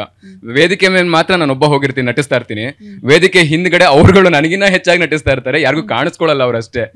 ಹಾಗಾಗಿ ಈಗ ಯಾವುದೇ ಒಂದು ಇದ್ರು ಇನ್ಪುಟ್ಸ್ ಇದ್ರು ಅವ್ರು ಕೊಡ್ತಾರೆ ನನಗೆ. ಇಲ್ಲ ಅಣ್ಣ ನೀ ಲೈನ್ ಹಿಂಗೆ ಹೇಳಿದೆ ಸರ್, ಇಲ್ಲ ಬಂದ್ರೆ ಏನಪ್ಪಾ ಲೈನ್ ಹೀಗೆ ಹೇಳಿದೆ ನೋಡಿ, ಇದು ಹಿಂಗಲ್ವಾ, ಅದರ್ಥ ಹೀಗೆ ಬರ್ಬೇಕಿತ್ತಲ್ವಾ. ಖಂಡಿತವಾಗ್ಲು ಇನ್ಪುಟ್ಸ್ ಗಳು ಬಂದೇ ಬರುತ್ತೆ. ಅವರೆಲ್ಲ ಇನ್ಪುಟ್ಸ್ ಸಿಕ್ಕಿದ್ರೇನೆ ಒಬ್ಬ ನಟ ವೇದಿಕೆ ಮೇಲೆ ಹೋಗಿ ಹೀಗಲ್ಲ ಹೀಗೆ ಅಂತ ನಿಂತು ಜನದ ಮುಂದೆ ಕಮ್ಯುನಿಕೇಟ್ ಮಾಡಕ್ ಆಗೋದು. ಥ್ಯಾಂಕ್ಸ್ ಅರುಣ್. ಮ್ಯಾಮ್, ಈ ಪ್ರಶ್ನೆನ ಒಂಚೂರು ವಿಸ್ತರಿಸಿ, ಏಕವ್ಯಕ್ತಿ ಪ್ರದರ್ಶನದ ತಯಾರಿಯ ಭಾಗವಾಗಿ ಸ್ಕ್ರಿಪ್ಟನ್ನು ಹೆಂಗೆ ಓದ್ತೀರಿ ಅಂತ ಅನ್ನೋದು ಒಂದು, ಆ ಪ್ರಶ್ನೆಯನ್ನು ವಿಸ್ತರಿಸಿ. ಹೆಂಗೂ ಒಬ್ಬರೇ ಬಂದು ಮಾಡ್ತೀರಾ, ಎಲ್ಲಿ ಬೇಕಾದರೂ ಮಾಡಿ ಅಂತ ಕೇಳೋ ಜನನೂ ಇರ್ತಾರೆ. ಆಮೇಲೆ ಇದನ್ನು ನಾನು ಕೊರತೆ ಅಂತ ನೋಡ್ತಾ ಇಲ್ಲ, ಅಥವಾ ಅನೌಪಚಾರಿಕತೆ ಅಂತ ನೋಡ್ತಾ ಇಲ್ಲ, ಅಥವಾ ಅವಮಾನ ಅಂತ ಅನ್ನೋ ರೀತಿಯಲ್ಲಿನೂ ಬಿಂಬಿಸ್ತಾ ಇಲ್ಲ. ಜನಕ್ಕೆ ರಂಗಭೂಮಿ ಬೇಕು, ಅದು ಹೆಂಗೂ ಆಕ್ಸೆಸ್ ಮಾಡಬಹುದು. ಏಕವ್ಯಕ್ತಿ ಪ್ರದರ್ಶನ ಆದರೆ ಇಲ್ಲೇ ಬಂದು ಇಲ್ಲಿ ಮಾಡಿ ಹೋಗ್ತೀರಾ ಅಂತಂದು ಹಂಗೆ ಕೇಳಬಹುದು. ಆ ಥರದ ಡಿಮಾಂಡ್ಸ್ ನೀವು ಸಾಕಷ್ಟು ವರ್ಷಗಳಿಂದ ಮಾಡಿ ಬಂದವರು. ಇವತ್ತು ಏಕವ್ಯಕ್ತಿ ಪ್ರದರ್ಶನ ಲಾಜಿಸ್ಟಿಕಲಿ ಈಸಿ ಅಂತ ಅನ್ನುವ ಒಂದು ಅಭಿಪ್ರಾಯ ಇದೆ. ಬಟ್ ಅವತ್ತು ಸಾಂಘಿಕ ರಂಗಭೂಮಿಯೇ ಉಚ್ಛ್ರಾಯ ಸ್ಥಿತಿಯಲ್ಲಿದ್ದಾಗೂ ತಾವು ಏಕವ್ಯಕ್ತಿ ಪ್ರದರ್ಶನಗಳನ್ನ ಶುರು ಮಾಡ್ಕೊಂಡ್ರಿ. ಹಾಗಾಗಿ ತಮ್ಮ ಅನುಭವಗಳು ಹೇಳಿ. ನಾನು ನನ್ನ ಮೊದಲನೇ ಏಕವ್ಯಕ್ತಿ ಪ್ರದರ್ಶನ ಹೆಣ್ಣಲ್ಲವೇನ ತಯಾರು ಮಾಡಿಕೊಂಡಿದ್ದೆ. ನಾನು ಅಮೆರಿಕಕ್ಕೆ ಒಂದು ಕಾನ್ಫರೆನ್ಸ್ಗೆ ಹೋಗ್ತಾ ಇದ್ದೆ. ಆ ಟೈಮಲ್ಲಿ ಕನ್ನಡ ಸಂಘಗಳಲ್ಲಿ ಏನಾದ್ರು ಒಂದು ಪ್ರೋಗ್ರಾಮ್ ಮಾಡೋಣ ಅಂತ ನಾನು ನಾಟಕದ ಬಗ್ಗೆ ಮಾತಾಡೋಣ ಅಂದ್ಕೊಂಡಿದ್ದೆ. ಆವಾಗ ನಮ್ಮ ಸ್ವಾತಂತ್ರ್ಯೋತ್ಸವದ 50ನೇ ವರ್ಷ. ಆವಾಗ ಅದಕ್ಕೆ ಅಂದರೆ ಅಯ್ಯೋ ಭಾಷಣ ಕೇಳಿ ಜನಕ್ಕೆ ಬೇಜಾರತ್ತೋಗಿದೆ, ಏನಾದ್ರು ನಾಟಕ ಮಾಡಿ ಅಂತ. ಸೊ ಆವಾಗ ನನಗೆ ಇಷ್ಟವಾದಂತಹ ಏನನ್ನೋ ಹೇಳುವಂತಹ ಸ್ತ್ರೀ ಪಾತ್ರಗಳನ್ನೆಲ್ಲ ಒಟ್ಟು ಮಾಡಿ ಅದನ್ನು ಒಂದು ನೆರೇಷನ್ ಮೂಲಕ ಪೂಣಿಸಿ ಅದನ್ನು ಮಾಡೋದಕ್ಕೆ ಹೋದೆ. ಅಲ್ಲಿ ಇದೆ ಒಬ್ಬಳೇ ಹೆಂಗಸಾದ್ರಿಂದ ಎಷ್ಟೋ ಜನ ಅವ್ರವ್ರ ಮನೆಯಲ್ಲಿ ನಿಜವಾಗ್ಲೂ ನಾನು ಇಷ್ಟು ಜಾಗದಲ್ಲಿ ಮಾಡಿದ್ದೀನಿ. ಅದು ಆಡಿಯನ್ಸು ಎಲ್ಲ ತೀರಾ ಹತ್ರ ಕೂತ್ಕೊಂಡ್ಬಿಟ್ಟು ನಾನು ಜೋರ ಮಾತಾಡಿದ್ರೆ ನನ್ನ ಬಾಯಿನ ಉಗುಳು ಕೂಡ ಅವ್ರ ಮೇಲೆ ಬಿದ್ದಿರ್ಬೋದು, ಅಷ್ಟು ಹತ್ರನೂ ಜನ ಕೂತ್ಕೊಂಡಿದ್ದು ಉಂಟು. ಯಾಕೆಂದರೆ ಅವ್ರಿಗೆ ಏಕವ್ಯಕ್ತಿ ರಂಗ ಪ್ರದರ್ಶನ ಅಂತಂದರೆ ಅದಕ್ಕೆ ಏನೂ ಬೇಕಾಗೋದಿಲ್ಲ. ಒಬ್ಬ ನಟಿ ಕೂತ್ಕೊಳ್ಕೋ ಇದ್ರೆ ಜಾಗ ಸಾಕು ಅಂದ್ಕೊಂಡ್ಬಿಡ್ತಾರೆ. ಇಲ್ಲಿ ನಿಂತಾರೆ ರಾಜ, ಅಲ್ಲಿ ನಿಂತಾರೆ ಸೈನಿಕ ಥರ. ಅದು ಎಷ್ಟರ ಮಟ್ಟಿಗೆ ಅದು ಒಂದು ಮ್ಯಾನ್ಸ್ ಏರಿಯಾ ಆಗಿದೆ ಅಂದರೆ, ನನಗೆ ಮೇಡಮ್ ನಿಮ್ಮದು ಒನ್ ಮ್ಯಾನ್ ಶೋ ಮಾಡಿ ಅಂತ ಕೇಳ್ತಾರೆ. ಅದು ಅಷ್ಟು ಎಸ್ಟಾಬ್ಲಿಷ್ ಆಗಿಬಿಟ್ಟಿದೆ, ಬರೀ ಗಂಡಸೇ ಮಾಡುವಂಥದ್ದು ಅಂತ, ನಿಮ್ದು ಒನ್ ಮ್ಯಾನ್ ಶೋ ಮಾಡಿ ಅಂತಲೇ ಕೇಳ್ತಾರೆ ಎಷ್ಟೋ ಜನ. ಸೊ ಆ ಥರ ಎಷ್ಟೋ ಬಾರಿ ನಾವು ಇದಕ್ಕೆ ಈಲ್ಡ್ ಆಗಬೇಕಾಗುತ್ತೆ. ಯಾಕೆಂದರೆ ನಾಟಕ ಮಾಡೋ ಒಂದು ತುಡಿತ ಇರುತ್ತಲ್ಲ, ಅದು ಅವರಿಗೆ ನೋಡಬೇಕು ಅನ್ನೋ ಆಸೆನೂ ಇರುತ್ತೆ. ಅದಕ್ಕೆ ಬೇಕಾದಂಥ ಅನುಕೂಲಗಳಿರೋದಿಲ್ಲ, ಅದಕ್ಕೆ ಸಾಕಷ್ಟು ಸ್ಥಳಾವಕಾಶ ಇರೋದಿಲ್ಲ. ಆಗ ನಾವು ಎಷ್ಟೋ ಬಾರಿ ಕಾಂಪ್ರಮೈಸ್ ಮಾಡಬೇಕಾಗತ್ತೆ. ಈಗ ಟೈಮ್ ದೃಷ್ಟಿಯಿಂದ ನೋಡಿದ್ರೆ, ನಾನು ನನ್ನ ಹೆಣ್ಣಲ್ಲವೇ ಎಪಿಸೋಡ್ ಇಕ್ಕೋದು, ಅದರಲ್ಲಿ ಒಂದು 8-9 ಹೆಣ್ಣು ಮಕ್ಕಳ ಕತೆ ತೋರಿಸ್ತಾ ಇದ್ದೆ. ನಮ್ಗೆ ಅರ್ಧ ಗಂಟೆ ಪ್ರೋಗ್ರಾಮ್ ಬೇಕು ಅಂದರೆ ಅದರಲ್ಲಿ ಒಂದು 3-4 ಕಟ್ ಮಾಡಿಬಿಟ್ಟು ಅಷ್ಟೇ ಮಾಡ್ತಾ ಇದ್ದೆ. ಅದು ಅವರವರ ರಿಕ್ವೈರ್ಮೆಂಟಿಗೆ ತಕ್ಕಂಗೆ ಅಷ್ಟೇ ಮಾಡಿ ಉಂಟು. ಆಮೇಲೆ ಪ್ರೇಕ್ಷಕರ ರೆಸ್ಪಾನ್ಸ್ ನೋಡ್ಕೊಂಡು ಎಷ್ಟೋ ಬಾರಿ ನಾಟಕ ಆದಮೇಲೆ ಚರ್ಚೆ ಇಟ್ಕೋತಾ ಇದ್ವಿ. ಯಾಕೆಂದ್ರೆ ಅದು ಹೆಣ್ಣಿನ ಶೋಷಣೆ ಬಗ್ಗೆ, ವೈದವ್ಯದ ಬಗ್ಗೆ, ಅವಳ ಮೇಲೆ ಆಗೋ ಅತ್ಯಾಚಾರದ ಬಗ್ಗೆ, ಇಂಥದ್ರ ಬಗ್ಗೆ ಎಲ್ಲ ಇದ್ದಿದ್ದರಿಂದ ಈ ಪ್ರಶ್ನೆಗಳನ್ನ ಇಟ್ಕೊಂಡು ಚರ್ಚೆಗಳಾಗ್ತಾ ಇತ್ತು. ಒಂದು ಕಡೆ ಮಂಡ್ಯದಲ್ಲಿ ರೈತ ಸಂಘದ ಒಬ್ಬ ಹೆಣ್ಣು ಮಗಳು, ನಾನು ದ್ರೌಪದಿ ಪಾತ್ರ ಮಾಡ್ತಾ ಇದ್ದೆ. ಅದನ್ನ ಬರೆದಿರೋದು ಎಚ್ ಎಸ್ ವೆಂಕಟೇಶ್ ಮೂರ್ತಿಗಳು, ಉರಿಯ ಉಯ್ಯಾಲೆದು ಒಂದು ಭಾಗ. ಅದು ಅದರಲ್ಲಿ ಅವನಿಗೆ ಪಾಪಿ ಮುಂಡೆಗಂಡ ಅಂತ ಇವನಿಗೆ ಬೈತಾಳೆ ಅವಳು, ದುಶ್ಯಾಸನಿಗೆ ದ್ರೌಪದಿ ಬೈಯೋದು ಪಾಪಿ ಮುಂಡೆಗಂಡ ಅಂತ ಇತ್ತು. ಅದರಲ್ಲಿ ಒಬ್ಬ ಹೆಣ್ಣು ಮಗಳು ಎದ್ದು ನಿಂತ್ಕೊಂಡು, ಮೇಡಮ್ ನೀವು ಫೆಮಿನಿಸ್ಟ್ ಆಗಿ ಅದು ಹೇಗೆ ಪಾಪಿ ಮುಂಡೆಗಂಡ ಅಂತ ಪಾಪಿ ಮುಂಡೆ ಮಗ ಅದೇನೋ ಬಳಸಿದ್ರಿ ಅಂತ ಕೇಳಿದ್ರು. ಅಲ್ಲಿವರೆಗೂ ಪಾಪಿ ಮುಂಡೆ ಮಗ ಅನ್ನೋದು ಹೆಣ್ಣಿಗೆ ಅಷ್ಟು ಇದೆಲ್ಲ ಹಿತಕರವಾದಂತಹ ಒಂದು ಬೈಗಳ ಅಲ್ಲ ಅನ್ನೋದು ನನಗೆ ಯೋಚನೆನೇ ಬಂದಿರಲಿಲ್ಲ. ಯಾಕೆಂದರೆ ನಾವು ಕೂಡ ಎಷ್ಟೋ ಬಾರಿ ಪೇಟ್ರಿಯಾರ್ಕಲ್ ಆಗೇ ಯೋಚನೆ ಮಾಡ್ತಾ ಇರ್ತೀವಿ, ನಮಗೇ ಗೊತ್ತಿಲ್ಲದೆ ಇಂತಹ ಬೈಗಳು ಅದನ್ನೆಲ್ಲ ನಾವು ಬಳಸ್ತಾ ಇರ್ತೀವಿ. ಆಗ ಪಾಪಿ ಮುಂಡೆ ಮಗ ಅಂದರೆ ಪಾಪ ಅವಳದ್ದೇನು ತಪ್ಪು, ಅವ್ರ ಅಮ್ಮನ ಯಾಕೆ ಬೈತಾ ಇದ್ದೀರಾ, ಅದು ಆ ತರಹದ ಒಂದು ಪ್ರತಿಕ್ರಿಯೆ ಬಂದಾಗ ಇದು ಸರಿ ಇಲ್ಲ, ನಾನು ಬದಲಾಯಿಸಬೇಕು ಅಂತ ಅಂದ್ಕೊಂಡಿದ್ದು ಉಂಟು. ಈ ತರಹದ ಆಡಿಯನ್ಸಿಗೆ ತಕ್ಕಂಗೆ, ಜಾಗಕ್ಕೆ ತಕ್ಕ ಹಾಗೆ ನಮ್ಮ ಅಗತ್ಯಗಳನ್ನು ಬದಲಾಯಿಸ್ಕೊಳ್ಳೋದು ಇದೆಲ್ಲ ಆಗ್ತಾನೇ ಇರುತ್ತೆ. ಮುಖ್ಯವಾಗಿ ಸ್ಕ್ರಿಪ್ಟ್, ಏಕ ವ್ಯಕ್ತಿ ರಂಗ ಪ್ರದರ್ಶನಕ್ಕೆ ಅಂತಲೇ ಬರೆದಿರೋ ಸ್ಕ್ರಿಪ್ಟ್ಗಳು ಬಹಳ ಕಡಿಮೆ. ಹಾಗಾಗಿ ನಾವು ಅಳವಡಿಸ್ಕೋಬೇಕಾಗತ್ತೆ. ಅಂಡ್ ನ್ಯಾರೇಟಿವ್ ಥಿಯೇಟರ್ಗೆ ತುಂಬಾ ಐಡಿಯಲ್ ಇದು. ಯಾಕೆಂದ್ರೆ ಒಬ್ರು ಕತೆ ಹೇಳ್ತಾ ಇದ್ದಾರೆ ಅಂತಂದ್ರೆ ಅವಾಗ ಅವರು ಕಥೆಯ ಭಾಗವಾಗಿ ಬೇರೆ ಬೇರೆ ಪಾತ್ರಗಳನ್ನ ಅಭಿನಯಿಸ್ಬೋದು. ಆಮೇಲೆ ಒಂದು ಮಾತು, ಅದು ಹಿಂದಕ್ಕೆ ಹೋಗೋಣ, ಈ ಏಕ ವ್ಯಕ್ತಿ ಅಭಿವ್ಯಕ್ತಿ ಇದೆಯಲ್ಲ, ಇದು ಹೊಸದೇನಲ್ಲ. ನಮ್ಮ ಹರಿಕತೆ ನೋಡಿ, ಅದಿನ್ನೇನು, ಯಾವ ತಲೆ ತಲಾಂತರದಿಂದ ಬಂದಿರುವಂತ ಒಂದು ಕಲೆ. ಆ ಹರಿಕತೆ ದಾಸರು ಏನ್ ಮಾಡ್ತಾರೆ, ಕತೆ ಹೇಳ್ತಾರೆ, ಮಧ್ಯ ಕುಣಿತಾರೆ, ಹಾಡ್ತಾರೆ, ಅಭಿನಯಿಸ್ತಾರೆ. ಇದು ಆ ಟ್ರೆಡಿಷನ್ ಬಹಳ ಹಿಂದಿಂದ ಇದೆ. ಆದ್ರೆ ಇವತ್ತಿನ ದಿನ ಅದು ಕೆಲವರಿಗೆ ಆ ತರಹದ ಒಂದು ಭಾವನೆ, ನನ್ನ ಬಗ್ಗೆ ಅದನ್ನ ಎಕ್ಸ್ಪ್ರೆಸ್ ಮಾಡಿದ್ದಾರೆ, ಇವರು ಫಾರಿನ್ಗೆ ಹೋಗ್ಬೇಕು ಅಂತ ಮಾಡೋದು ಇದನ್ನೆಲ್ಲ. ಅವ್ರು ಅಂದ್ಕೊಂಡ್ಬಿಟ್ಟಿರೋದು ಹಾಗೆ, ಫಾರಿನ್ಗೆ ಹೋಗೋಕೆ ಸುಲಭ, ತಾವೊಬ್ಬರೇ ಹೋಗ್ಬಿಡ್ಬೋದು ಅಂತ. ಅದು ಬಹಳ ತಪ್ಪಾದಂಥ ಅಭಿಪ್ರಾಯ. ಆ ಥರದ ಅಭಿಪ್ರಾಯಗಳು ಇದೆ. ಅಂದರೆ ಏಕ ವ್ಯಕ್ತಿ ಅಭಿವ್ಯಕ್ತಿ ಇದು ಒಂದು ನಾಟಕದ ಈ ರಂಗಭೂಮಿಯ ಅನೇಕ ಜಾನ್ರ್ಗಳಲ್ಲಿ ಇದನ್ನು ಒಂದು ಅಂತ ಒಪ್ಕೋಬೇಕು. ಇದಕ್ಕೆ ಅದರದ್ದೇ ಆದಂಥ ಒಂದು ಅಭಿವ್ಯಕ್ತಿಯ ಕ್ರಮ ಇದೆ, ಅದಕ್ಕೆ ಅದರದ್ದೇ ಆದಂಥ ಚಾಲೆಂಜಸ್ ಇದೆ. ಬೇರೆ ಬೇರೆ ನಾಟಕಗಳ ಆಬ್ಸ್ಟ್ರಾಕ್ಟ್ ಪ್ಲೇ ಒಪ್ಕೊಂಡಿದ್ದೀವಿ, ನ್ಯಾಚುರಲಿಸ್ಟ್ ಪ್ಲೇ ಒಪ್ಕೊಂಡಿದ್ದೀವಿ, ಅಥವಾ ಪೌರಾಣಿಕ ನಾಟಕ ಈ ಥರ ಇದು ಒಂದು ಜಾನ್ರ್ ಅಂತ ಹೇಳಿ ನಾವು ಅದನ್ನು ಒಪ್ಪಿಕೊಳ್ಬೇಕು. ಆ ಮನಸ್ಥಿತಿ ಎಲ್ಲರಲ್ಲೂ ಬರಬೇಕು. ಆಮೇಲೆ ಇದು ಇವತ್ತು ಆಧುನಿಕ ರಂಗಭೂಮಿ ಅನ್ವೇಷಿಸಿ ಮಾಡ್ತಾ ಇರೋದೇನಲ್ಲ, ತುಂಬಾ ಹಳೆ ಕಾಲದ ರಂಗಭೂಮಿಯಿಂದಲೂ ಇದೆ.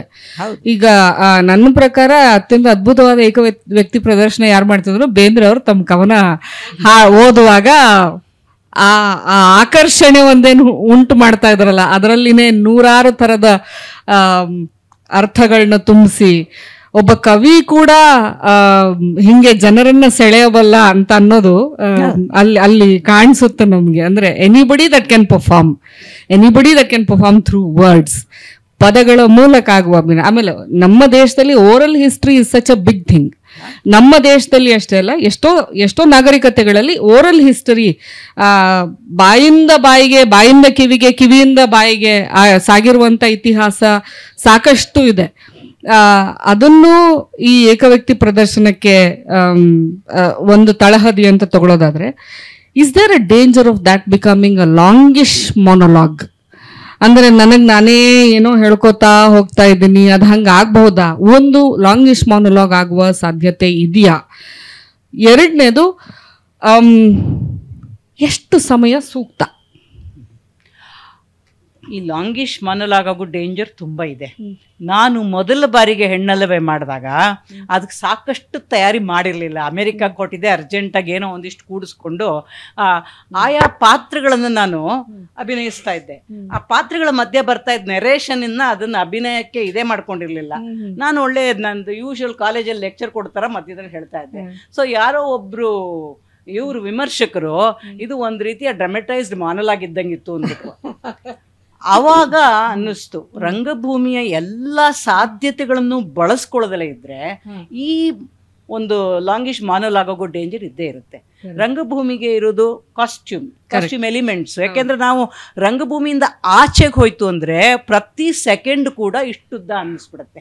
ಸೊ ನಾನು ಸ್ಟೇಜನ್ನು ಬಿಡದಲೆ ಸ್ಟೇಜಿನ ಮೇಲೆ ಏನೇನು ಬೇರೆ ಬೇರೆ ಅವತಾರಗಳನ್ನ ನಾನು ತಾಳಬಹುದು, ಅದನ್ನ ಹೇಗೆ ಮಾಡಬಹುದು, ಇದ್ರ ಬಗ್ಗೆ ಎಲ್ಲ ಬಹಳ ಯೋಚನೆ ಮಾಡ್ಬೇಕಾಗತ್ತೆ. ಆ ಸ್ಟೇಜ್ ಸೆಟ್ಟಿಂಗ್ ಅಲ್ಲಿ ಇದನ್ನೆಲ್ಲ ಒಳಗೊಂಡು ನಾನು ಮೇಕಪ್ಪೇ ಬದಲಾಯಿಸ್ಕೋಬೇಕಾಗ್ಬೋದು, ಕಾಸ್ಟ್ಯೂಮ್ ಬದಲಾಯಿಸ್ಕೋಬೇಕಾಗ್ಬೋದು, ಯಾವ ತರ ಕಾಸ್ಟ್ಯೂಮ್ ಎಲಿಮೆಂಟ್ನ ಯಾವ ತರ ಬಳಸ್ಕೊಳ್ಳಿ, ಯಾವ ಪ್ರಾಪರ್ಟಿ ಬಳಸ್ಕೊಳ್ಳಿ, ಅದು ತೀರಾ ಹೆವಿನೂ ಆಗಬಾರ್ದು, ರಂಗ ಪೂರ್ತಿ ಖಾಲಿನೂ ಆಗಬಾರ್ದು. ಯಾಕೆಂದ್ರೆ ಒಬ್ಬ ವ್ಯಕ್ತಿ ಆದ್ರಿಂದ ಒಂದು ಸಪೋರ್ಟ್ ಬೇಕು, ಅದು ಒಂದಿಷ್ಟು ಸಿಗ್ತಾ ಇರ್ಬೇಕಾಗತ್ತೆ. ಸೊ ಆ ತರದ ರಂಗಭೂಮಿಯ ಸಾಧ್ಯತೆಗಳು, lighting, music, sets, costume elements, props, ಇದೆಲ್ಲವುದನ್ನು ಬಳಸ್ಕೊಂಡು ಮತ್ತೆ ಅಭಿನಯದಲ್ಲೂ ಕೂಡ ಒಂದು ವೆರೈಟಿ ತರಬೇಕಾಗತ್ತೆ. ಒಂದೊಂದು ಪಾತ್ರಕ್ಕೂ ಒಂದು ದೈಹಿಕವಾದಂತ ಒಂದು ದೈಹಿಕ ಅಭಿನಯ ಮತ್ತೆ ಧ್ವನಿ, ಇದರ ಬದಲಾವಣೆಗಳು, ಸಮಯದ ಅಂಶ ಎಷ್ಟು ಹೊತ್ತಿದ್ರೆ ಸೂಕ್ತ? 1.25 ಗಂಟೆಗಿಂತ ಜಾಸ್ತಿ ಇರಬಾರ್ದು. ಅಂದ್ರೆ 70 ನಿಮಿಷ 75 ನಿಮಿಷ. ಅರುಣ್, ಇದು ನಿಮ್ಮ 2 ನಾಟಕಗಳು ಅಷ್ಟೇ ಬಂದಿದ್ಯಾ? ಇಲ್ಲ ಮ್ಯಾಮ್, ಮಾತನಾಟಕ ಬಂದು 1 hour 45 minutes ಬರುತ್ತೆ. ಬೆಂಕಿ ರೂಟು 1 hour 20 minutes ಬರುತ್ತೆ. ಅದೇ ಮಾತಾದಲ್ಲಿ ಅನ್ಸುತ್ತೆ ಎಷ್ಟೊಂದು ಕೆಲವೊಮ್ಮೆ ನೋಡಿದಾಗ ಆಡಿಯನ್ಸ್ ಬೋರ್ ಆಗ್ತಿರ್ಬೋದು ಅಂತ ನನ್ಗೆ ಅನ್ಸಿದ್ದು ಉಂಟು. ಅಂಡ್ ನಾನು ಕೆಲವೊಮ್ಮೆ ಆಡಿಯನ್ಸ್ಗಳನ್ನ ಕೇಳಿದ್ದು ಉಂಟು, ಅಂದ್ರೆ ಯಾರಾದ್ರೂ ತೀರ ಗೊತ್ತಿದ್ದವರು ಈ ಥರ ಇದ್ದವ್ರನ್ನ ಕೇಳಿದ್ದು ಉಂಟು. ಹೇಗೆ ಅನಿಸ್ತದೆ ಅಂದರೆ ನಿಮ್ಗೇನಾದ್ರು ಬೋರ್ ಆಗ್ತಿದೆ ಅಂತ, ಅಂದರೆ ಆ ಥರ ಕೇಳೋದಕ್ಕೂ ಆಗಲ್ಲ, ಇವನ್ ಅವರೇ ಫೀಡ್ಬ್ಯಾಕ್ ಕೊಡೋ ಚಾನ್ಸಸ್ ತುಂಬ ಇರುತ್ತೆ ಬಂದ ತಕ್ಷಣ. ಆಗ ಇಲ್ಲ, ತುಂಬ ಜನ ಹೇಳಿದ್ದಿಲ್ಲ ಹಾಗೇನಿಲ್ಲ, ನಮ್ಗೆ ಬೋರ್ ಆಗಲಿಲ್ಲ. ಯಾಕಂದರೆ ನಾವು ಮಂಜಮ್ಮನ ನೋಡ್ತಿದ್ವಿ ಅಲ್ಲಿ. ಯಾಕಂದ್ರೆ ಮಂಜಮ್ಮನ ಜೀವನ ಎಷ್ಟು ತುಂಬ ದೊಡ್ಡದು, ಅಷ್ಟು ಹೆಚ್ಚು ಕಡಿಮೆ 70 ವರ್ಷ ಹತ್ರ ಆಗಿದೆ. ಅಷ್ಟು ವರ್ಷದ ಜೀವನನ ನೀವು ಬರೀ 2 ಗಂಟೆಲಿ ಕಟ್ಕೊಡೋದು ಅಂದರೆ ತುಂಬ ಕಷ್ಟದ ಕೆಲಸ. ಹಾಗಾಗಿ ನಮಗೆಲ್ಲೂ ಬೋರ್ ಅಂತ ಆಗಲಿಲ್ಲ. ಅದೇ ಒಂದು ಈಗಾಗಲೇ ಹೇಳಿದಾಗೆ ಮಂಜಮ್ಮನ್ನ ನೋಡ್ತಾ ಹೋಗ್ತಾ ಇದ್ವಿ, ಅವ್ರ ಜೀವನದಲ್ಲಿ ಏನೇನಾಯ್ತು, ಇವನ್ ನಾವು ಕೂಡ ಅವ್ರ ಜೊತೆಗೆ ಬದುಕ್ತಾ ಇದೀವೇನೋ ಆ ಕ್ಷಣದಲ್ಲಿ. ನಾವು ಅಲ್ಲಿದ್ದು ಏನು ಮಾಡೋಕ್ಕಾಗ್ತಿಲ್ವಲ್ಲ, ನಮಗೆ ಈ ಥರದೊಂದು ಫೀಲ್ ಬರ್ತಾ ಇತ್ತು ನಮಗೆ ನಾಟಕ ನೋಡಬೇಕಾದ್ರೆ. ಹಾಗಾಗಿ ನಮಗೆ ಆ ಟೈಮಿಂಗ್ ಕಡೆಗೆ ಅಷ್ಟು ಕಾನ್ಸಂಟ್ರೇಟ್ ಮಾಡೋದಕ್ಕಾಗಿಲ್ಲ ಅಂತ ಹೇಳಿದ್ದು ಉಂಟು. ಕೆಲವೊಬ್ರು ಇನ್ನೊಂಚೂರು ಎಲ್ಲಾದರೂ ಆಗೋ ಸಾಧ್ಯತೆ ಇರೋ ಕಡೆ ಟ್ರಿಮ್ ಮಾಡ್ಕೊಂಡ್ರೆ ಬೆಟರ್ ಏನೋ. ಇವನ್ ಆಸ್ ಅನ್ ಆ್ಯಕ್ಟರ್ ಆಗಿ ನನಗೂ ಕೆಲವೊಂದು ಕಡೆ ಅನಿಸಿದೆ, ಓಕೆ ಇಲ್ಲಿ ಟ್ರಿಮ್ ಮಾಡಿದ್ರೆ ಬಹುಶಃ ಅದೇನು ನಾಟಕಕ್ಕೆ ಪೆಟ್ ಕೊಡೋದಿಲ್ವೇನೋ, ಅಂದರೆ ನಾಟಕನ ಈಸಿಯಾಗಿ ಕರ್ಕೊಂಡು ಹೋಗುತ್ತೆ ಅನ್ನೋಂಥದ್ದು ನನಗೂ ಅನಿಸಿದೆ. ಇನ್ನು ಬೆಂಕಿ ರೂಟಿಗೆ ಅನ್ನೋದು ನಾಟಕಕ್ಕೆ ಬಂದರೆ ಅದು ಮೊದಲನೇ ಪ್ರಯೋಗ ಆಗಿದ್ದು. ಅದರಲ್ಲಿ ಸುಮಾರು ಎಡಿಟಿಂಗ್ ಮಾಡಬೇಕಿತ್ತು. ಆ್ಯಂಡ್ ಅದಕ್ಕೆ ತುಂಬ ಸಮಯ ಕೂಡ ನನಗೆ ಸಿಕ್ಕಿರಲಿಲ್ಲ. NSD ಇದಕ್ಕೆ ಹೋಗಿದ್ವಿ, ಮಾತನಾಡೋಕ್ಕೆ NSD ಇದರಲ್ಲಿತ್ತು ದೆಹಲಿಯಲ್ಲಿ. ಅಲ್ಲಿ ಮುಗಿಸ್ಕೊಂಡು ಬಂದಮೇಲೆ ನಮಗೆ ಇನ್ನೊಂದು ವಾರ ಟೈಮ್ ಇತ್ತು ಅಷ್ಟೇ. ಅದಕ್ಕೆ ಮುಂಚೆ ಸರ್ ಕೂಡ ನಿರ್ದೇಶಕರು ಏನಿದ್ರು ಅವ್ರದ್ದು ಅವೈಲೇಬಿಲಿಟಿನೂ ಕಡಿಮೆ ಇತ್ತು. ಹಾಗಾಗಿ ಅಲ್ಲಿವರೆಗೂ ಆಗಿದ್ದು ಅಂದರೆ ನಾಟಕ ಸಾಂಘಿಕವಾಗಿ ನಾಟಕ ಮಾಡ್ತೀವಿ, ಅದಕ್ಕೆ ತಕ್ಕನಾಗಿ ಸ್ಕ್ರಿಪ್ಟ್ ಇತ್ತು. 1 man ಶೋಗೆ ತಕ್ಕನಾಗಿ ಸ್ಕ್ರಿಪ್ಟ್ ಇರಲಿಲ್ಲ. ಸೊ ಸರ್ ಬರೋ ಟೈಮ್ ಗ್ಯಾಪಲ್ಲಿ ಹಾಡ್ಲಳ್ಳಿ ನಾಗರಾಜ್ ಏನಿದ್ರು ಅವ್ರ ಬಗ್ಗೆ ತಿಳ್ಕೊಳ್ಳೋದಿರ್ಬೋದು. ಆ್ಯಂಡ್ ಸ್ಕ್ರಿಪ್ಟ್ ಅವರ ಬೇರೆ ಬೇರೆ ಕಾದಂಬರಿಗಳೇ ಇತ್ತು, ಆ ಕಾದಂಬರಿಗಳನ್ನ ಸೇರಿಸಿ ಅದರಲ್ಲಿ ನಾಟಕದಲ್ಲಿ ಎಷ್ಟೋ ಪಾಯಿಂಟ್ಗಳನ್ನ ಹಾಕಿದ್ದೀವಿ. ಆ ಕಾದಂಬರಿಗಳನ್ನ ಸುಮಾರು ಒಂದು 5-6 ಕಾದಂಬರಿ ಓದಿದ್ದೆ ನಾನು ಆ ಟೈಮಲ್ಲಿ. ಅವ್ರು ಬರೆದಿರೋ ಕಾದಂಬರಿಗಳನ್ನ, ಅಂದರೆ ಅವ್ರು ಯಾವ ರೀತಿ ಬರೀತಾರೆ, ಅವ್ರ ಯೋಚನೆಗಳೇನಿರುತ್ತೆ. ಸೊ ಅಂದರೆ ಎಷ್ಟೋ ಕಡೆ ಅವ್ರ ಜೀವನದಲ್ಲಿ ನಡೆದಿರುವಂಥ ಇನ್ಸಿಡೆಂಟ್ಗಳನ್ನೇ ಬರೆದಿದ್ರು. ಹೇಗಿದಾಗ ಇರ್ಬೋದು ಅಲ್ಲ, ಅದೆಲ್ಲ ಪಾಯಿಂಟ್ಸ್ಗಳು ಸಿಕ್ಕಾಗ ನನಗೆ ಸ್ಟೇಜ್ ಮೇಲೆ ನಾನು ಕಂಫರ್ಟ್ ಆಗಿರೋದಕ್ಕಾಗುತ್ತೆ ಅನ್ನೋದು ನನಗೆ. ಆಡಿಯನ್ಸ್ಗೂ ಕೂಡ ಬೋರ್ ಆಗದೆ ಹೋಗಿ ನಾನು ಕ್ಯಾರಿ ಮಾಡ್ಕೊಂಡು ಹೋಗಬಹುದು. ಓಕೆ, ಈ ಪ್ರತಿಭಾ ನೀವು ಸಾಕಷ್ಟು ಗ್ರಾಮೀಣ ಭಾಗದಲ್ಲಿ ಊರ್ಮಿಳಾ ಪ್ರದರ್ಶನವನ್ನು ಮಾಡಿದಿರಿ. ಒಂದಷ್ಟು ಘಟನೆಗಳನ್ನ ಹೇಳೋಕ್ಕಾಗತ್ತೆ? ಅಂದರೆ ಇನ್ನೇನು ಕ್ಯಾರೆಕ್ಟರ್ ಎಂಟ್ರ್ ಆಗ್ಬೇಕಂತ ಅನ್ನುವಾಗ ಕ್ಯಾರೆಕ್ಟ್ರಿಂದ ಹೊರಗೆ ಬರುವಂಥ ಸಂದರ್ಭಗಳು ಸೃಷ್ಟಿ ಆಗಿರ್ಬೋದು, ಪ್ರಾಪ್ ಏನೋ ಮರೆತು ಬಂದಿರ್ಬೋದು. ಇದು ನಿಮ್ಮ 3 ಜನದ ಅನುಭವ ಕೂಡ ಆಗಿರ್ಬೋದು. ಇದು 10 ಜನ ಇರೋ ಟೀಮಲ್ಲಿ ಒಬ್ಬರೇ ಇದ್ದರೆ ಪ್ರಾಪ್ನು ನೀವೇ ತೊಗೊಂಡು ಹೋಗಬೇಕು, ಮರೆತು ಹೋದರೆ ನೀವೇ ನಿಭಾಯಿಸ್ಬೇಕು. ಬಿಕಾಸ್ ಯಾರ್ದು nobody is head rolls. So ಹೆಂಗೆ? ಇಲ್ಲ, ಈ ಥರ ತುಂಬ ಆಗತ್ತೆ. ಈಗ ಒಬ್ಬರು ನಟಿ ಮಾತ್ರ ಅಲ್ಲದೆ ನಾನು ಸಂಘಟಕಿನೂ ಆಗಿರೋದ್ರಿಂದ, ಮತ್ತು ನೀವು ಹೇಳ್ದಂಗೆ ಏಕ ವ್ಯಕ್ತಿಯಲ್ಲಿ ನಾವುಗಳೇ ಎಲ್ಲ ನಿಭಾಯಿಸ್ಬೇಕು. ನಾವು ಎಂಟ್ರ್ ಆದ್ವಿ ಅಂದರೆ ನಮ್ಮ ಎಕ್ಸಿಟ್ ಅಂದ್ರೇ ಕಟನ್ ಕಾಲ್, ಅಲ್ಲಿವರೆಗೂ ನಾವೇ ನಿಭಾಯಿಸ್ಬೇಕಾಗತ್ತೆ. ಆಗ ಕೆಲವು ಸಲ ನಾವು ಯೂಶ್ವಲ್ ಕಾಲರ್ ಮೈಕ್ ಯೂಸ್ ಮಾಡ್ತೇವೆ, ರಂಗಭೂಮಿಲಿ ಮೈಕೆ ಯೂಸ್ ಮಾಡಬಾರ್ದು. ಆದರೆ ಈ ಹೊತ್ತಿನ ಮಟ್ಟಿಗೆ ಇವತ್ತು ಅದು ಎಲ್ಲೋ ಬಿದ್ದೋಗ್ಬಿಡತ್ತೆ, ಏನೋ ಆಗಿರುತ್ತೆ. ನಾವು ಪೌರಾಣಿಕ ಪಾತ್ರವೊಂದನ್ನು ನಿಭಾಯಿಸ್ತಾ ಇರ್ತೀವಿ, ಮಾಡರ್ನ್ ಅದು ಯಾವುದೋ ಒಂದು ಎಳೆ ಕಾಸ್ಟ್ಯೂಮಲ್ಲ ಎಲ್ಲ ಬಂದಿರುತ್ತೆ, ಆ ಥರದ್ದು ಆಗತ್ತೆ. ಆಮೇಲೆ ನಮ್ಮ ಊರುಗಳಲ್ಲಿ ಶೋ ಮಾಡ್ತಿರುವಾಗಂತೂ ಇನ್ನೇನು ಎಂಟ್ರ್ ಆಗಬೇಕು ಅದನ್ನು ಹೇಳಿದ್ದೆ ಒಂದ್ಸಲ, ಜನ್ರೇಟ್ರು ಕರೆಂಟ್ ಹೋದರೆ ಜನ್ರೇಟ್ರಿಗೆ ಡೀಸೆಲ್ ಬೇಕು ಅಂತ ಆ ಕ್ಷಣಕ್ಕೆ ಬರ್ತಾರೆ. ಅಲ್ಲಿ ಎಲ್ಲ ಜನ ಇರ್ತಾರೆ, ಅವರು ನನ್ನ ಹತ್ರನೇ ಬರ್ತಾನೆ ಡೀಸೆಲ್ನವನು ಕೇಳೋದಕ್ಕೆ. ಇದು ಸಂಘಟನೆಯಲ್ಲೂ ಒಳಗೊಂಡಿರೋದ್ರಿಂದ ಈ ಥರದ್ದು ತುಂಬ ಆಗತ್ತೆ. ಏನೋ ತಿಂಡಿ ತೊಗೊಂಬರ್ತೀನಿ, ಏನು ಶೋ ಕ್ಲೈಮ್ಯಾಕ್ಸ್ ಇದರಲ್ಲಿ ಇರುತ್ತೆ, ಸೈಡ್ ವಿಂಗ್ ಒಂದು ಎಂಟ್ರಿ ಇರುತ್ತೆ, ಅದು ನಮ್ಮ ಯಾರಿಗಾರು ಓಡಾಡಕ್ಕೆ ಅಂತ ಬಿಟ್ಟರೆ ತಿಂಡಿ ತೊಗೊಂಬಂದವ್ರಿಗೆ ಗೊತ್ತಿರುತ್ತೆ, ಅವ್ರು ಎತ್ಕೊಂಡು ಬಂದು ತೋರಿಸ್ತಾರೆ, ಬಕೆಟ್ ಇಟ್ಕೊಂಡು ಬಂದು ಎಲ್ಲಿಡ್ಲಿ ಅಂತ ಕೇಳಿರ್ತಾರೆ. ಈ ಥರದ ಉದಾಹರಣೆಗಳು ಕೂಡ ತುಂಬ ಇರುತ್ತೆ. ಆದರೆ ನಾನು ಮೊದಲು ಹೇಳಿದಾಗೆ ಅದನ್ನೆಲ್ಲವನ್ನ ಮೀರೋದು. ನೀವು ಬೇಂದ್ರೆಯವ್ರದ್ದು ಮಾತು ಹೇಳಿದ್ದಂಗೆ ಇಲ್ಲಿ ಕನೆಕ್ಟ್ ಆಗ್ತಿದೆ. ಬೇಂದ್ರೆಯವರು ನನಗೂ ಬಹಳ ದೊಡ್ಡ, ಅಂದರೆ ನಾವು ನೋಡಲಿಲ್ಲ, ಕೇಳಿ ಚೆನ್ನಾಗಿ ಗೊತ್ತು. ಅವರು ಯಾವಾಗಲೂ ಹೇಳ್ತಿದ್ರು, ಮೌನವಾದ ಓದು ಕಾವ್ಯಕ್ಕೆ ಮಾಡುವ ಅಪಚಾರ ಅಂತ. ಮೋಸ್ಟ್ಲಿ ನಾವು ರಂಗಭೂಮಿಯವರೆಲ್ಲ ಆ ಅಪಚಾರವನ್ನು ನಿಭಾಯಿಸ್ಲಿಕ್ಕೆ ಹುಟ್ಟಿದ್ದೀವೇನೋ ಅಂತ ಅನಿಸುತ್ತೆ. ನಾವು ಗಟ್ಟಿಯಾಗಿ ಏನು ಓದ್ತೀವೋ ಅದನ್ನೇ ನಾಟಕ ಅಂತ. ಕಾವ್ಯೇಶು ನಾಟಕಂ ರಮ್ಯಂ ಹೇಳಿಲ್ಲ, ಮತ್ತೆ ಕಾವ್ಯವನ್ನ ನಾವು ರಮ್ಯ ಮಾಡ್ಬೇಕಲ್ಲ. ಸೊ ಈ ಒಂದು ಇದರಲ್ಲಿ ನಾವು ಬಹಳ ಮುಖ್ಯವಾಗಿ ಇಲ್ಲಿ ಇದಕ್ಕೆ ಈ ಡಿಸ್ಟರ್ಬೆನ್ಸ್ಗಳಿಗೆಲ್ಲ ಬಂದಾಗ ಕೊನೆಯದಾಗಿ ನಾವು ನಮ್ಮನ್ನೇ ನಂಬ್ಕೋಬೇಕು. ಇಡೀ ಅಸೆಟ್ಟು ಪ್ರಾಪರ್ಟಿ ಏನು ಮರೆತರು ಏನು ಇಲ್ದಿದ್ರು ನಾನಲ್ಲಿ ಇರಬೇಕಾಗತ್ತೆ. ಸೊ ನಾನೇ ಏಕವ್ಯಕ್ತಿ ಅಭಿವ್ಯಕ್ತಿಯಲ್ಲಿ ದೊಡ್ಡ ಶಕ್ತಿ, ಮತ್ತು ನಾನೇ ದೊಡ್ಡ ಪ್ರಾಪು, ನಾನೇ ದೊಡ್ಡ ನೇಪಥ್ಯ, ಎಲ್ಲವೂ ನಾವೇ ಆಗಿರಬೇಕಾಗತ್ತೆ. ಆ ಎಲ್ಲವೂ ಆಗಲಿಕ್ಕೆ ನಮಗಷ್ಟು ತಪ್ಪಿಸ್ಬೇಕಾಗತ್ತೆ. ಅಂದರೆ ಇಡೀ ನಟನೆಯ ಒಂದು ಪಯಣ ಏನಿರುತ್ತೆ, ಈಗ ಉದಾಹರಣೆಗೆ ನಾನು ಬಹಳಷ್ಟು ವರ್ಷಗಳ ಕಾಲ ನಟನೆಯಲ್ಲಿ ತೊಡಗಿಸ್ಕೊಂಡಿದ್ದು, ಸಂಘಟನೆಯಲ್ಲಿ ತೊಡಗಿಸ್ಕೊಂಡಿದ್ದು, ಮಕ್ಕಳ ನಾಟಕ, ಕಾಲೇಜ್ ನಾಟಕ, ಹೀಗೆಲ್ಲ ಇದ್ದಾಗ ನನ್ನ ಒಳಗೆ ನಟಿ ಅನ್ನೋ ಐಡೆಂಟಿಟಿ ಇರ್ತಿತ್ತು. ಸೊ ನನ್ನ ಬಾಲ್ಯವನ್ನು ಪ್ರಭಾವಿಸಿದ ಕಡದಾಳ್ ಶಾಮಣ್ಣವ್ರು ಗೊತ್ತಿರಬೇಕು, ಅವರೆಲ್ಲ ಪಕ್ಕದಲ್ಲಿ ರೈತ ಅಂತ ಬರ್ಕೋತಾ ಇದ್ರು ಅವ್ರು ಸೈನ್ ಮಾಡಿದಾಗಲೂ ಕೂಡ. ನನಗದು ನನ್ನ ಟ್ರಿಗರ್ ಆಗ್ತಿತ್ತು. ಸೊ ನನ್ನ ಐಡೆಂಟಿಟಿ ನಟಿ, ಇದು ಎಲ್ಲೋ ಒಂದು ಕಡೆ ಅದಕ್ಕೆ ನ್ಯಾಯ ಒದಗಿಸ್ತಾ ಇಲ್ಲ ಅಂತ ಅನ್ನಿಸ್ದಾಗ ನನಗೆ ಏಕವ್ಯಕ್ತಿ ಅಭಿವ್ಯಕ್ತಿ, ಇವರು ಅಕ್ಕ ಹೇಳ್ದ ಹಾಗೆ ನಮ್ಮ ಅಂತರಂಗದ ತಲ್ಲಣಗಳನ್ನು ಹೊರ ಹಾಕಲಿಕ್ಕೆ, ಸೊ ಅದು ಒಂದು ಮಾಧ್ಯಮ ಅಂತ ಅನ್ನಿಸ್ದಾಗ ಈ ಎಲ್ಲ ಡಿಸ್ಟರ್ಬೆನ್ಸ್ಗಳನ್ನು ಮೀರಲಿಕ್ಕೆ ಸಾಧ್ಯ ಆಯಿತು. ಅದು ಆಗತ್ತೆ, ತುಂಬ ಆಗತ್ತೆ, ಬೇರೆ ಬೇರೆ ಕಾರಣಗಳಿಂದನೂ ಆಗತ್ತೆ. ಸೊ ಅವ್ನು ಮೀರಕ್ಕೆ ಸಾಧ್ಯ ಆಗಿದ್ದು ಯಾವಾಗ ಅಂದರೆ ನನ್ನೊಳಗಿನ ಒಂದು ಸ್ಟ್ರಾಂಗ್ ಪ್ಯಾಷನ್, ಇಲ್ಲ ನಾನು ಅದನ್ನು ಮಾಡಿ ಜಯಿಸಬೇಕು ಅಂತ. ಆದರೆ ಒಂದೊಂದ್ಸಲ ಏನಾಗುತ್ತೆ, ಭಾಳ ದೊಡ್ಡ ನಟಿ ಅಂತ ಅನ್ಸ್ಕೊಂಬಿಡೋಕ್ಕೆ ಕಾರಣ ಏನಾಗುತ್ತೆ ಅಂದರೆ, ಇಷ್ಟೆಲ್ಲ ಡಿಸ್ಟರ್ಬೆನ್ಸ್ ಇದ್ದರೂ ಮಾಡ್ತಾರಪ್ಪ ಇವರು ಅಂತ ಅನಿಸಿರುತ್ತೆ. ಅದರ ಒಳಗಡೆ ನಾವೆಷ್ಟು ಸರ್ಕಸ್ ಮಾಡಿರ್ತೀವಿ ಅಂತಂದರೆ ಅಷ್ಟು ಆಗಲಿಕ್ಕೆ ತುಂಬ ಒದ್ದಾಡಿರ್ತೀವಿ. ಅಲ್ಲಿ ಬೇರೆ ಬೇರೆ ಥರದ ಹೊಯ್ದಾಟಗಳು ನಡೆಯುತ್ತೆ. ಬಟ್ ಅದನ್ನು ಮೀರಬೇಕಾಗತ್ತೆ ನಾವು. ಆವಾಗ ನಮಗೆ ಭಾವನಾತ್ಮಕವಾದ ಜೊತೆಯಲ್ಲಿ ತಂತ್ರಜ್ಞಾನ ಕೂಡ ನಮಗೆ ತುಂಬ ಚೆನ್ನಾಗಿ ಸಪೋರ್ಟ್ ಮಾಡಬೇಕಾಗತ್ತೆ. ಅದಕ್ಕೆ ಮತ್ತೆ ಮತ್ತೆ ಸ್ಟೇಜ್ ರಿಹರ್ಸಲ್, ನಾವೆಲ್ಲೋ ಒಂದು ಕಡೆ ಹೋದರೆ ಸಡನ್ನಾಗಿ ಶೋ ಮಾಡಿಬಿಡಿ ಅಂತ ಹೇಳ್ತಾರೆ. ಈಗಲೇ ಉದಾಹರಣೆ, ನೀವು ಯಾರಾದರೂ ನನಗೊಂದು ಊರ್ಮಿಳಾ ಡೈಲಾಗ್ ಹೇಳಿದರೆ ನಾನು ಖಂಡಿತ ಹೇಳಲ್ಲ, ಹೇಳಬಾರ್ದು, ನಾ ಹಠ ಅಲ್ಲ, ಅದಕ್ಕೊಂದು ಮನಸ್ಥಿತಿ ಬೇಕಾಗ್ತದೆ. ಇದು ನಾನು ನಾಟಕ ಮಾಡುವ ಜಾಗ ಅಂತ ನೀವು ಅಲ್ಲಿ ತೋರಿಸಿಬೇಕಾದ್ರೆ, ಈಗ ಇನ್ನೊಂದು ಗಂಟೆ ಟೈಮ್ ಕೊಡ್ತೀವಿ ಅಲ್ಲಿ ಮಾಡಿ ಅಂತೇಳಿ ಖಂಡಿತ ನಾನು ಇಡೀ ನಾಟಕ ಮಾಡಬಲ್ಲೆ. ಆದರೆ ಯಾರೋ ಒಂದು ಡೈಲಾಗ್ ಹೇಳಿ ಅಂದರೆ ಆಗಲ್ಲ, ಯಾಕೆಂದರೆ ಅದೊಂದು ಮನಸ್ಥಿತಿ ತುಂಬ ಮುಖ್ಯವಾಗಿರುತ್ತೆ. ಆ ಮನಸ್ಥಿತಿಗೆ ಬಂದಾಗ ಯಾರೆಷ್ಟು ಡಿಸ್ಟರ್ಬ್ ಮಾಡಿದ್ರೂ ಅದನ್ನು ಮೀರ್ತೀವಿ. ಅದು ನಮಗೆ ಇರುವ ಸವಾಲು ಮತ್ತು ಸಾಮರ್ಥ್ಯ ಅಂತ ಅಂದ್ಕೊಂಡಿದ್ದೀನಿ. ಥ್ಯಾಂಕ್ಸ್ ಪ್ರತಿಭಾ. ಸಾಂಘಿಕ ರಂಗಭೂಮಿಯ ಬಲ ಏನು ಅಂತಂದರೆ, ತುಂಬ ಜನ ಸಮುದಾಯದಲ್ಲಿ ತಾವಿದ್ದವರು, ಲಕ್ಷ್ಮೀ ಮೇಡಮ್, ದೊಡ್ಡವರು ಇನ್ವಾಲ್ವ್ ಆಗಿರೋ ರಂಗ ಪ್ರಯೋಗಗಳು, ಅಂದರೆ ನಿಮ್ಮನ್ನು ಸೇರಿಸಿ ಹೇಳ್ತಾ ಇದ್ದೀನಿ, ನಿಮ್ಮಷ್ಟು ದೊಡ್ಡವರು ಇನ್ವಾಲ್ವ್ ಆಗಿರೋ ರಂಗ ಪ್ರಯೋಗಗಳಿಗೆ ವಿಮರ್ಶಕರು ಸಾಕಷ್ಟು ಗಮನ ಹರಿಸ್ತಾರೆ, ಬರೀತಾರೆ. ಆದರೆ ಏಕವ್ಯಕ್ತಿ ಪ್ರದರ್ಶನಗಳನ್ನ ವಿಮರ್ಶಕರು ನೋಡುವ ಬಗ್ಗೆ ನಿಮ್ದೇನಾದರೂ ಅನಿಸಿಕೆ ಇದೆಯಾ? ಅಷ್ಟು ಗಂಭೀರವಾಗಿ ತಗೊಳ್ಳಲ್ಲ ಸಾಧಾರಣವಾಗಿ. ಇದು ಪ್ರೇಕ್ಷಕರು ಕೂಡ ಅಷ್ಟೇ, ಏಕವ್ಯಕ್ತಿ ರಂಗ ಪ್ರದರ್ಶನ ಅಂತ ಮೂಗೆಳೆಯುವಂಥದ್ದು ಉಂಟು. ಆದರೆ ಕೆಲವರು ವಿಮರ್ಶಕರು ಅದನ್ನು ಒಂದು ಗಂಭೀರವಾದಂಥ, ಅದು ಕೂಡ ರಂಗಭೂಮಿಯ ಒಂದು ಮಾದರಿ ಅಂತ ಹೇಳಿ ಬರೆಯೋರು ಇದ್ದಾರೆ, ಬಟ್ ಕಡಿಮೆ. ಅಂದರೆ ಇದು ಸಾಮಾನ್ಯವಾದ ಅಂಶನ ಇಲ್ಲಿ, ಮತ್ತೆ ರಂಗಭೂಮಿ ಎಲ್ಲೆಲ್ಲಿ ಪ್ರಚಲಿತವಾಗಿದೆ ಎಲ್ಲ ಕಡೆನೂ ಏಕವ್ಯಕ್ತಿ ಪ್ರದರ್ಶನಕ್ಕೆ ಇದೇ ರೀತಿಯ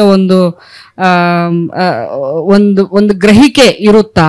ಇಲ್ಲ, ಯಾಕೆಂದರೆ ನಮಗೆ ಇಲ್ಲಿಗೆ ಇಂಗ್ಲೆಂಡಿನಿಂದ ಬಂದು ಡಿಕನ್ಸನ ಪಾತ್ರಗಳದ್ದು ಏಕವ್ಯಕ್ತಿ ಅಭಿನಯ ಅಲ್ಲ, ಸಾಧಾರಣ ಇಂಟರ್ನ್ಯಾಷನಲ್ ಇದರಲ್ಲೆಲ್ಲ ಬಂದು ಮಾಡಿದ್ದಾರೆ. ಬಹಳ ಒಳ್ಳೆ ಅಭಿಪ್ರಾಯ, ಬಹಳ ಒಳ್ಳೆಯ ರೆಸ್ಪಾನ್ಸು ಬಂದಿದೆ. ಆದರೆ ನನ್ನ ಪರ್ಸನಲ್ಲಾಗಿ ಹೇಳಬೇಕು ಅಂತಂದರೆ ಎಷ್ಟೋ ಬಾರಿ ಬಹಳ ಬೇಸರ ಆಗಿದೆ. ನಾನು ಇಷ್ಟೆಲ್ಲ ಕಷ್ಟಪಟ್ಟು ಅಭಿನಯಿಸಿದಾಗ ನೋಡೋಕ್ಕೆ ಬರೋದಿಲ್ಲ. ಅದೇ ಒಂದು ಈ ನಗೆ ಇದ್ರದ್ದು ಕಾರ್ಯಕ್ರಮ ಇಟ್ಕೊಳ್ತಾರಲ್ಲ, ಅದರಲ್ಲಿ ಎಷ್ಟೋ ಜನ ನಮ್ಮ ನಗಿಸುವಂತಹ ಅವ್ರು ದೊಡ್ಡ ದೊಡ್ಡ ಹೆಸರೇ ಮಾಡ್ಕೊಂಡಿದ್ದಾರೆ. ಅವ್ರು ಹೋಗಿ ನಿಂತ್ಕೊಂಡು ಹೇಳಿದ ಜೋಕ್ಗಳನ್ನೇ ಹೇಳಿ ಜನರನ್ನ ನಗಿಸ್ತಾರೆ. ಅವರಿಗೆ 25-30 ಸಾವಿರ ಕೊಡೋದಕ್ಕೆ ಹಿಂದೆ ಮುಂದೆ ನೋಡೋದಿಲ್ಲ. ನಾವು ಏಕವ್ಯಕ್ತಿ ರಂಗಪ್ರದರ್ಶನ ಮಾಡ್ತೀವಿ, ನಮ್ಗೊಂದು 25 ಸಾವಿರ ಕೊಡು. 25 ಸಾವಿರನಾ ಅಂತ ನೀವೊಬ್ರೇ ಅಲ್ವಾ ಬರೋದು? ಅಲ್ಲ, ಅಷ್ಟು ಕೊಡ್ಬೇಕಾ ಅಂತ ಅನ್ಕೋತಾರೆ. ಅದು ತುಂಬಾ ಇದೆ ಅದು. ಯಾಕೆಂದ್ರೆ ಒಂದು ಕಾಮಿಡಿ ಮಾಡ್ತಿದ್ದೀರಾ, ಆಯ್ತು ಕೊಡ್ತೀವಿ, ಬಂದು ನಗಿಸ್ತೀರಾ ನಿಂತ್ಕೊಂಡು ನೀವು ಅದೇ ಜೋಕ್ಗಳನ್ನ ಎಲ್ಲಾ ಸಭೆಗಳಲ್ಲೂ ಹೇಳ್ತಾರೆ, ಧಾರಾಳ ಕೊಡ್ತಾರೆ ಸಂತೋಷವಾಗಿ. ಆದ್ರೆ ಒಂದು ಏಕವ್ಯಕ್ತಿ ರಂಗ ಪ್ರದರ್ಶನದ ಹಿಂದೆ ಎಷ್ಟು ಶ್ರಮ ಇರುತ್ತೆ, ನಾವು ಎಷ್ಟು ಕಷ್ಟಪಟ್ಟಿರ್ತೀವಿ, ಅದಕ್ಕೆ ಎಷ್ಟು ದುಡ್ಡು ಹಾಕಿರ್ತೀವಿ, ಎಷ್ಟು ತೊಂದರೆ ತಗೊಂಡಿರ್ತೀವಿ ನಮ್ಮ ಟೆಕ್ನಿಷಿಯನ್ಸ್ ಎಲ್ಲರೂ, ಅದೆಲ್ಲ ಅವ್ರಿಗೆ ಅರ್ಥನೇ ಆಗೋದಿಲ್ಲ. ತುಂಬಾ ಸರ್ತಿ ಅದೊಂದು ಮನಸ್ಸಿಗೆ ಬೇಜಾರು ನೋವಾಗುತ್ತೆ. ಮೈಕ್ ಬೇಕೇ ಬೇಕು ಅಂತಿಲ್ಲ ಅನ್ಕೋತೀನಿ. ಒಂದು ಆ್ಯಡ್ ಆನ್ ಅಂತಂದರೆ ಪ್ರೀತಿಯವರೇ, ಅಂದರೆ ಇತ್ತೀಚಿನವರೆಗೂ ಬರೀ ಏಕವ್ಯಕ್ತಿ ಅಂತಲ್ಲ, ರಂಗ ವಿಮರ್ಶೆ ಅಂತಲೇ ಬಂದರೆ ಹೆಚ್ಚು ಕೃತಿಯ ವಿಮರ್ಶನೆ ಮಾಡ್ತಾರೆ. ಕೃತಿ ವಿಮರ್ಶೆ ಮಾಡಿ ಕೊನೆಯ ಪ್ಯಾರದಲ್ಲಿ ಇಂಥ 10 ಜನದಲ್ಲಿ ಇವರು ಮನೋಜ್ಞವಾಗಿ ಅಭಿನಯಿಸಿದರು, ಬ್ರೋಷರ್ ನೋಡಿಕೊಂಡು ದಯವಿಟ್ಟು ಯಾರೂ ಬೇಜಾರು ಮಾಡ್ಕೋಬಾರ್ದು, ಇಂಥವ್ರ ಬೆಳಕು, ಇಂಥವ್ರ ಸಂಗೀತ, ಇಂಥವರು ಮನೋಜ್ಞವಾಗಿ ಅಭಿನಯಿಸಿದರು ಅನ್ನೋದು ತುಂಬಾ ಭಾಳ ಕಾಲದಿಂದನೂ ರಂಗ ವಿಮರ್ಶೆಗೆ ಬಂದಿರೋ ಅಂತಹ ಪಟ್ಟಿ. ಇತ್ತೀಚಿನ ಸ್ವಲ್ಪ ಬದಲಾಗ್ತಾ ಇರ್ಬೋದು. ಹಂಗಿರುವಾಗ ನಾವು ಏಕವ್ಯಕ್ತಿ ಅನ್ನೋದನ್ನ ಅಲ್ಲಿ ಎಲ್ಲಿ ನಾವು ಸಪ್ರೇಟ್ ಮಾಡಕ್ಕೆ ಹೋಗೋಣ? ಯಾರು ನಿಮ್ದೇನು ಅಭಿಪ್ರಾಯ? ವಿಮರ್ಶೆಗಳನ್ನ ಗಮನಿಸಿದಿರಾ? ನಿಮ್ಮ ನಾಟಕ ಮಾಡಿ ಆದ್ಮೇಲೆ ಯಾವ್ದ್ರ ಬಗ್ಗೆ ಬರೆದ್ರು? ನಿಮ್ಮ ಬಗ್ಗೆ ಬರೆದ್ರಾ, ಅಥವಾ ನೀವು ಅಭಿನಯಿಸಿದ ವಸ್ತು ಕೇಂದ್ರ ವಸ್ತುವಿನ ಬಗ್ಗೆ ಬರೆದ್ರಾ, ಅಥವಾ ಬರೀಲೇ ಇಲ್ವಾ? ಇಲ್ಲ ಬರೆದಿದ್ದಾರೆ. ನಾನು ಹೆಚ್ಚಾಗಿ ಬರೆದಿರೋದು ವಸ್ತು ಬಗ್ಗೆನೇ. ಮಂಜಮ್ಮ ಅವ್ರ ಬಗ್ಗೆ ಬರೆದಿದ್ದೆ ಹೆಚ್ಚು. ಅಂದರೆ ಅವ್ರ ಮುಖಾಂತರ ನ್ಯಾಯ ದೊರಕ್ತಿಲ್ಲ, ಆ ಕಮ್ಯುನಿಟಿಗೆ ಒಂದು ಏನಿದೆ ಸಿಗಬೇಕಾಗಿರೋ ನ್ಯಾಯ ಸಿಗ್ತಿಲ್ಲ ಅನ್ನೋಂಥ ವಿಚಾರಗಳನ್ನ ಬರೆದಿದ್ದೆ ಹೆಚ್ಚು. ಅದನ್ನ ಹೊರತಾಗಿ ಏಕವ್ಯಕ್ತಿ ಅಂದರೆ ವಿಮರ್ಶೆಗಳಲ್ಲಿ ಅಂದರೆ ಬರೆದಿರೋ ಬರವಣಿಗೆಯಲ್ಲಿ ನಾನು ನೋಡಿದ್ದೆಲ್ಲೂ ಇಲ್ಲ. ಏಕವ್ಯಕ್ತಿ ಅಂದಾಗ ಅದೇನು ನಾಟಕ ಗುರು, ಅದೇನು ಒಬ್ಬರೇ ಕೂತ್ಕೊಂಡು ಇಡೀ ನಾಟಕ ನೀವು ಒಬ್ಬರೇ ಮಾಡ್ಕೊಂಡು ಹೋಗ್ತೀರಾ, ನಿಮಗೋಸ್ಕರ ಮಾಡ್ತಿರೋದು ಇಲ್ಲ ಆಡಿಯನ್ಸ್ಗೋಸ್ಕರ ಮಾಡ್ತೀರಾ, ಏನು ಹೇಳಕ್ಕೆ ಮಾಡ್ತೀರಾ? ಲೈಕ್ ಈ ಮಾತುಗಳನ್ನ ಡೈರೆಕ್ಟಾಗೂ ಕೇಳಿದ್ದೀನಿ, ಇಂಡೈರೆಕ್ಟಾಗಿ ಕೇಳಿದ್ದೀನಿ, ಬಟ್ ಬರವಣಿಗೆಯಲ್ಲಿ ನೋಡಿಲ್ಲ.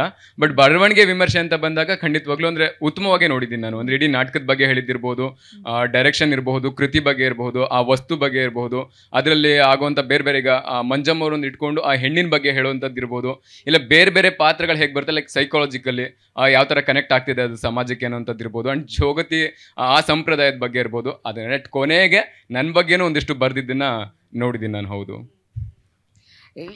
ವಿಶೇಷವಾಗಿ ಒಂದು ಪ್ರಶ್ನೆ ಏನು ಅಂತಂದರೆ, ಹೆಣ್ಣು ಕೇಂದ್ರಿತ ಸ್ಕ್ರಿಪ್ಟ್ಗಳನ್ನ ಹೆಣ್ಮಕ್ಳು ಅಭಿನಯಿಸಿದ್ದಾರೆ. ನೀವು ಹೆಣ್ಣು ಆಗುವುದರ ಪ್ರಯತ್ನದ ಸ್ಕ್ರಿಪ್ಟನ್ನು ಅಭಿನಯಿಸಿದ್ದಾರೆ. ನಿಮ್ಮೊಳಗೆ ಶುರು ಮಾಡಿದಾಗ ಇದ್ದ ಅರುಣ್ಗೂ ಪ್ರದರ್ಶನ ಮಾಡುವಾಗ ಇದ್ದ ಅರುಣ್ಗೂ ಮಾನಸಿಕವಾಗಿ ಏನು ವ್ಯತ್ಯಾಸ ಇತ್ತು? ಮ್ಯಾಮ್, ಒಂದು ಅವರು ಹೆಣ್ಣು ಆಗೋದಕ್ಕೆ ಹೋದ್ರು ಅನ್ನೋದಕ್ಕಿಂತ ಹೆಚ್ಚಾಗಿ ಅವ್ರ ಒಳಗಡೆ ಆಲ್ರೆಡಿ ಮೂಡಿತ್ತು, ಆಲ್ರೆಡಿ ಅವ್ರು ಹೆಣ್ಣು ಆಗಿದ್ರು, ಮಾನಸಿಕವಾಗಿ ಅವ್ರು ಹೆಣ್ಣು ಆಗೋಗಿದ್ರು. ನಿಮ್ಮ ಒಳಗೆ ಏನು ವಿಷಯಗಳ ಬಗ್ಗೆ ಕ್ಲಾರಿಟಿ ಬಂತು? ಅಂತಃಕರಣ, ಸಹಾನುಭೂತಿ, ಯಾವುದ್ರ ಬಗ್ಗೆ ಬಂತು? ಇಲ್ಲ, ನಂಗೆ ಮೇಜರಾಗಿ ಅನ್ಸಿದ್ದು ಕೂದಲು ಬಿಟ್ಟಿದೆ ಎಷ್ಟು ಉದ್ದ, ಅದ್ರ ಬಗ್ಗೆ ಫಸ್ಟ್ ಅನಿಸ್ತು. ಹೆಣ್ಮಕ್ಳು ಎಷ್ಟು ಕಷ್ಟಪಡ್ತಾರ್ಗು, ಇಷ್ಟುದ್ದ ಕೂದಲು ಬಿಟ್ಕೊಂಡು, ನಿಜವಾಗ್ಲೂ ಆ ಯೋಚನೆ ಬಂದಿತ್ತು. ಮತ್ತು ಸೀರೆ ಉಟ್ಕೋಬೇಕಾದ್ರೆ ಖಂಡಿತವಾಗ್ಲೂ ಅನಿಸಿತ್ತು. ಎಷ್ಟೊಂದು ಬಾರಿ ಸೀರೆ ಉಟ್ಕೊಳ್ಳೋ ಟೈಮ್ಗೆ ಇವನ್ ಕೆಲವೊಂದ್ಸಲ ಗಂಡ್ಮಕ್ಳು ಬಂದಾಗ ಏನು ಅನ್ನಿಸ್ತಿರ್ಲಿಲ್ಲ. ನಾನು ಸೀರೆ ಉಟ್ಕೋಬೇಕಾದ್ರೆ ಹೆಣ್ಮಕ್ಳು ಬಂದರೆ ಅಯ್ಯೋ ಅವ್ರ ಮುಂದೆ ಸೀರೆ ಉಟ್ಕೋಬೇಕಾ, ಏನು ಅನ್ಕೊಂಡ್ಬಿಡ್ತಾರೋ ಅವ್ರು ನನ್ನನ್ನು. ಲೈಕ್ ಅಂದರೆ ಅವಾಗ ಫೀಲ್ ಆಗೋದು, ಲೈಕ್ ಹೆಣ್ಮಕ್ಳಿಗೆ ಎಷ್ಟು ಹಿಂಸೆ ಆಗುತ್ತೆ ಈ ವಿಚಾರಗಳೆಲ್ಲ. ನಾವು ಎಷ್ಟು ಆರಾಮಾಗಿ ತೊಗೊಂಡು ಹೋಗ್ತೀವಿ, ಕೆಲವೊಮ್ಮೆ ನಕ್ಬಿಡ್ಬೋದು ನಾವು, ಇಲ್ಲ ಅಂತಲ್ಲ. ಆದರೆ ಮಾನಸಿಕವಾಗಿ ಅವ್ರಿಗೆ ಎಷ್ಟು ಆ ಟೈಮ್ಗೆ ಹರ್ಟ್ ಆಗಬಹುದು, ಆ ಟೈಮ್ಗೆ ಅವ್ರು ನಕ್ಕು ತೊಗೋಬೋದು, ಇನ್ಯಾವುದೋ ಟೈಮ್ಗೆ ಅದು ಫೀಲ್ ಆಗುತ್ತಲ್ವ ಅವ್ರಿಗೆ. ಸೊ ಎಷ್ಟು ಇರಿಟೇಷನ್ಗಳಾಗುತ್ತೆ. ಈಗ ಲೈಕ್ ಸೀರೆ ಉಟ್ಕೊಂಡೇ ಇರ್ಬೋದು, ಯಾವಾಗಲೂ ಅವರು ಯಾವುದಾದ್ರು ಸಭೆ ಸಮಾರಂಭಕ್ಕೆ ಹೋದಾಗ, ಇಲ್ಲ ಯಾರೋ ಒತ್ತಾಯದ ಮೇರೆಗೆ ಅವ್ರು ಅದೇ ಕಾಸ್ಟ್ಯೂಮಲ್ಲಿ ಇರಬೇಕಾಗಿ ಬರ್ಬೋದು. ಆ್ಯಂಡ್ ಕೂದಲು ವಿಚಾರಕ್ಕೆ ಬಂದಾಗಲೂ ಹೌದು, ಅವ್ರು ಇಷ್ಟ ಬಂದಾಗ ಅವ್ರು ಇರಬಹುದಲ್ವಾ ಅನ್ನೋಂಥದ್ದು ಹೌದು. ಇನ್ನು ಅದಕ್ಕಿಂತ ಹೆಚ್ಚಾಗಿ ಸಹಾನುಭೂತಿ ಅಂದರೆ ಇಲ್ಲ ಅಷ್ಟಾಗಿ ಬದಲಾವಣೆಗಳು ಬಂದಿದ್ದಂತೂ ಏನಿಲ್ಲ. ಯಾಕಂದ್ರೆ ಮುಂಚೆಯಿಂದನೂ ಇತ್ತು.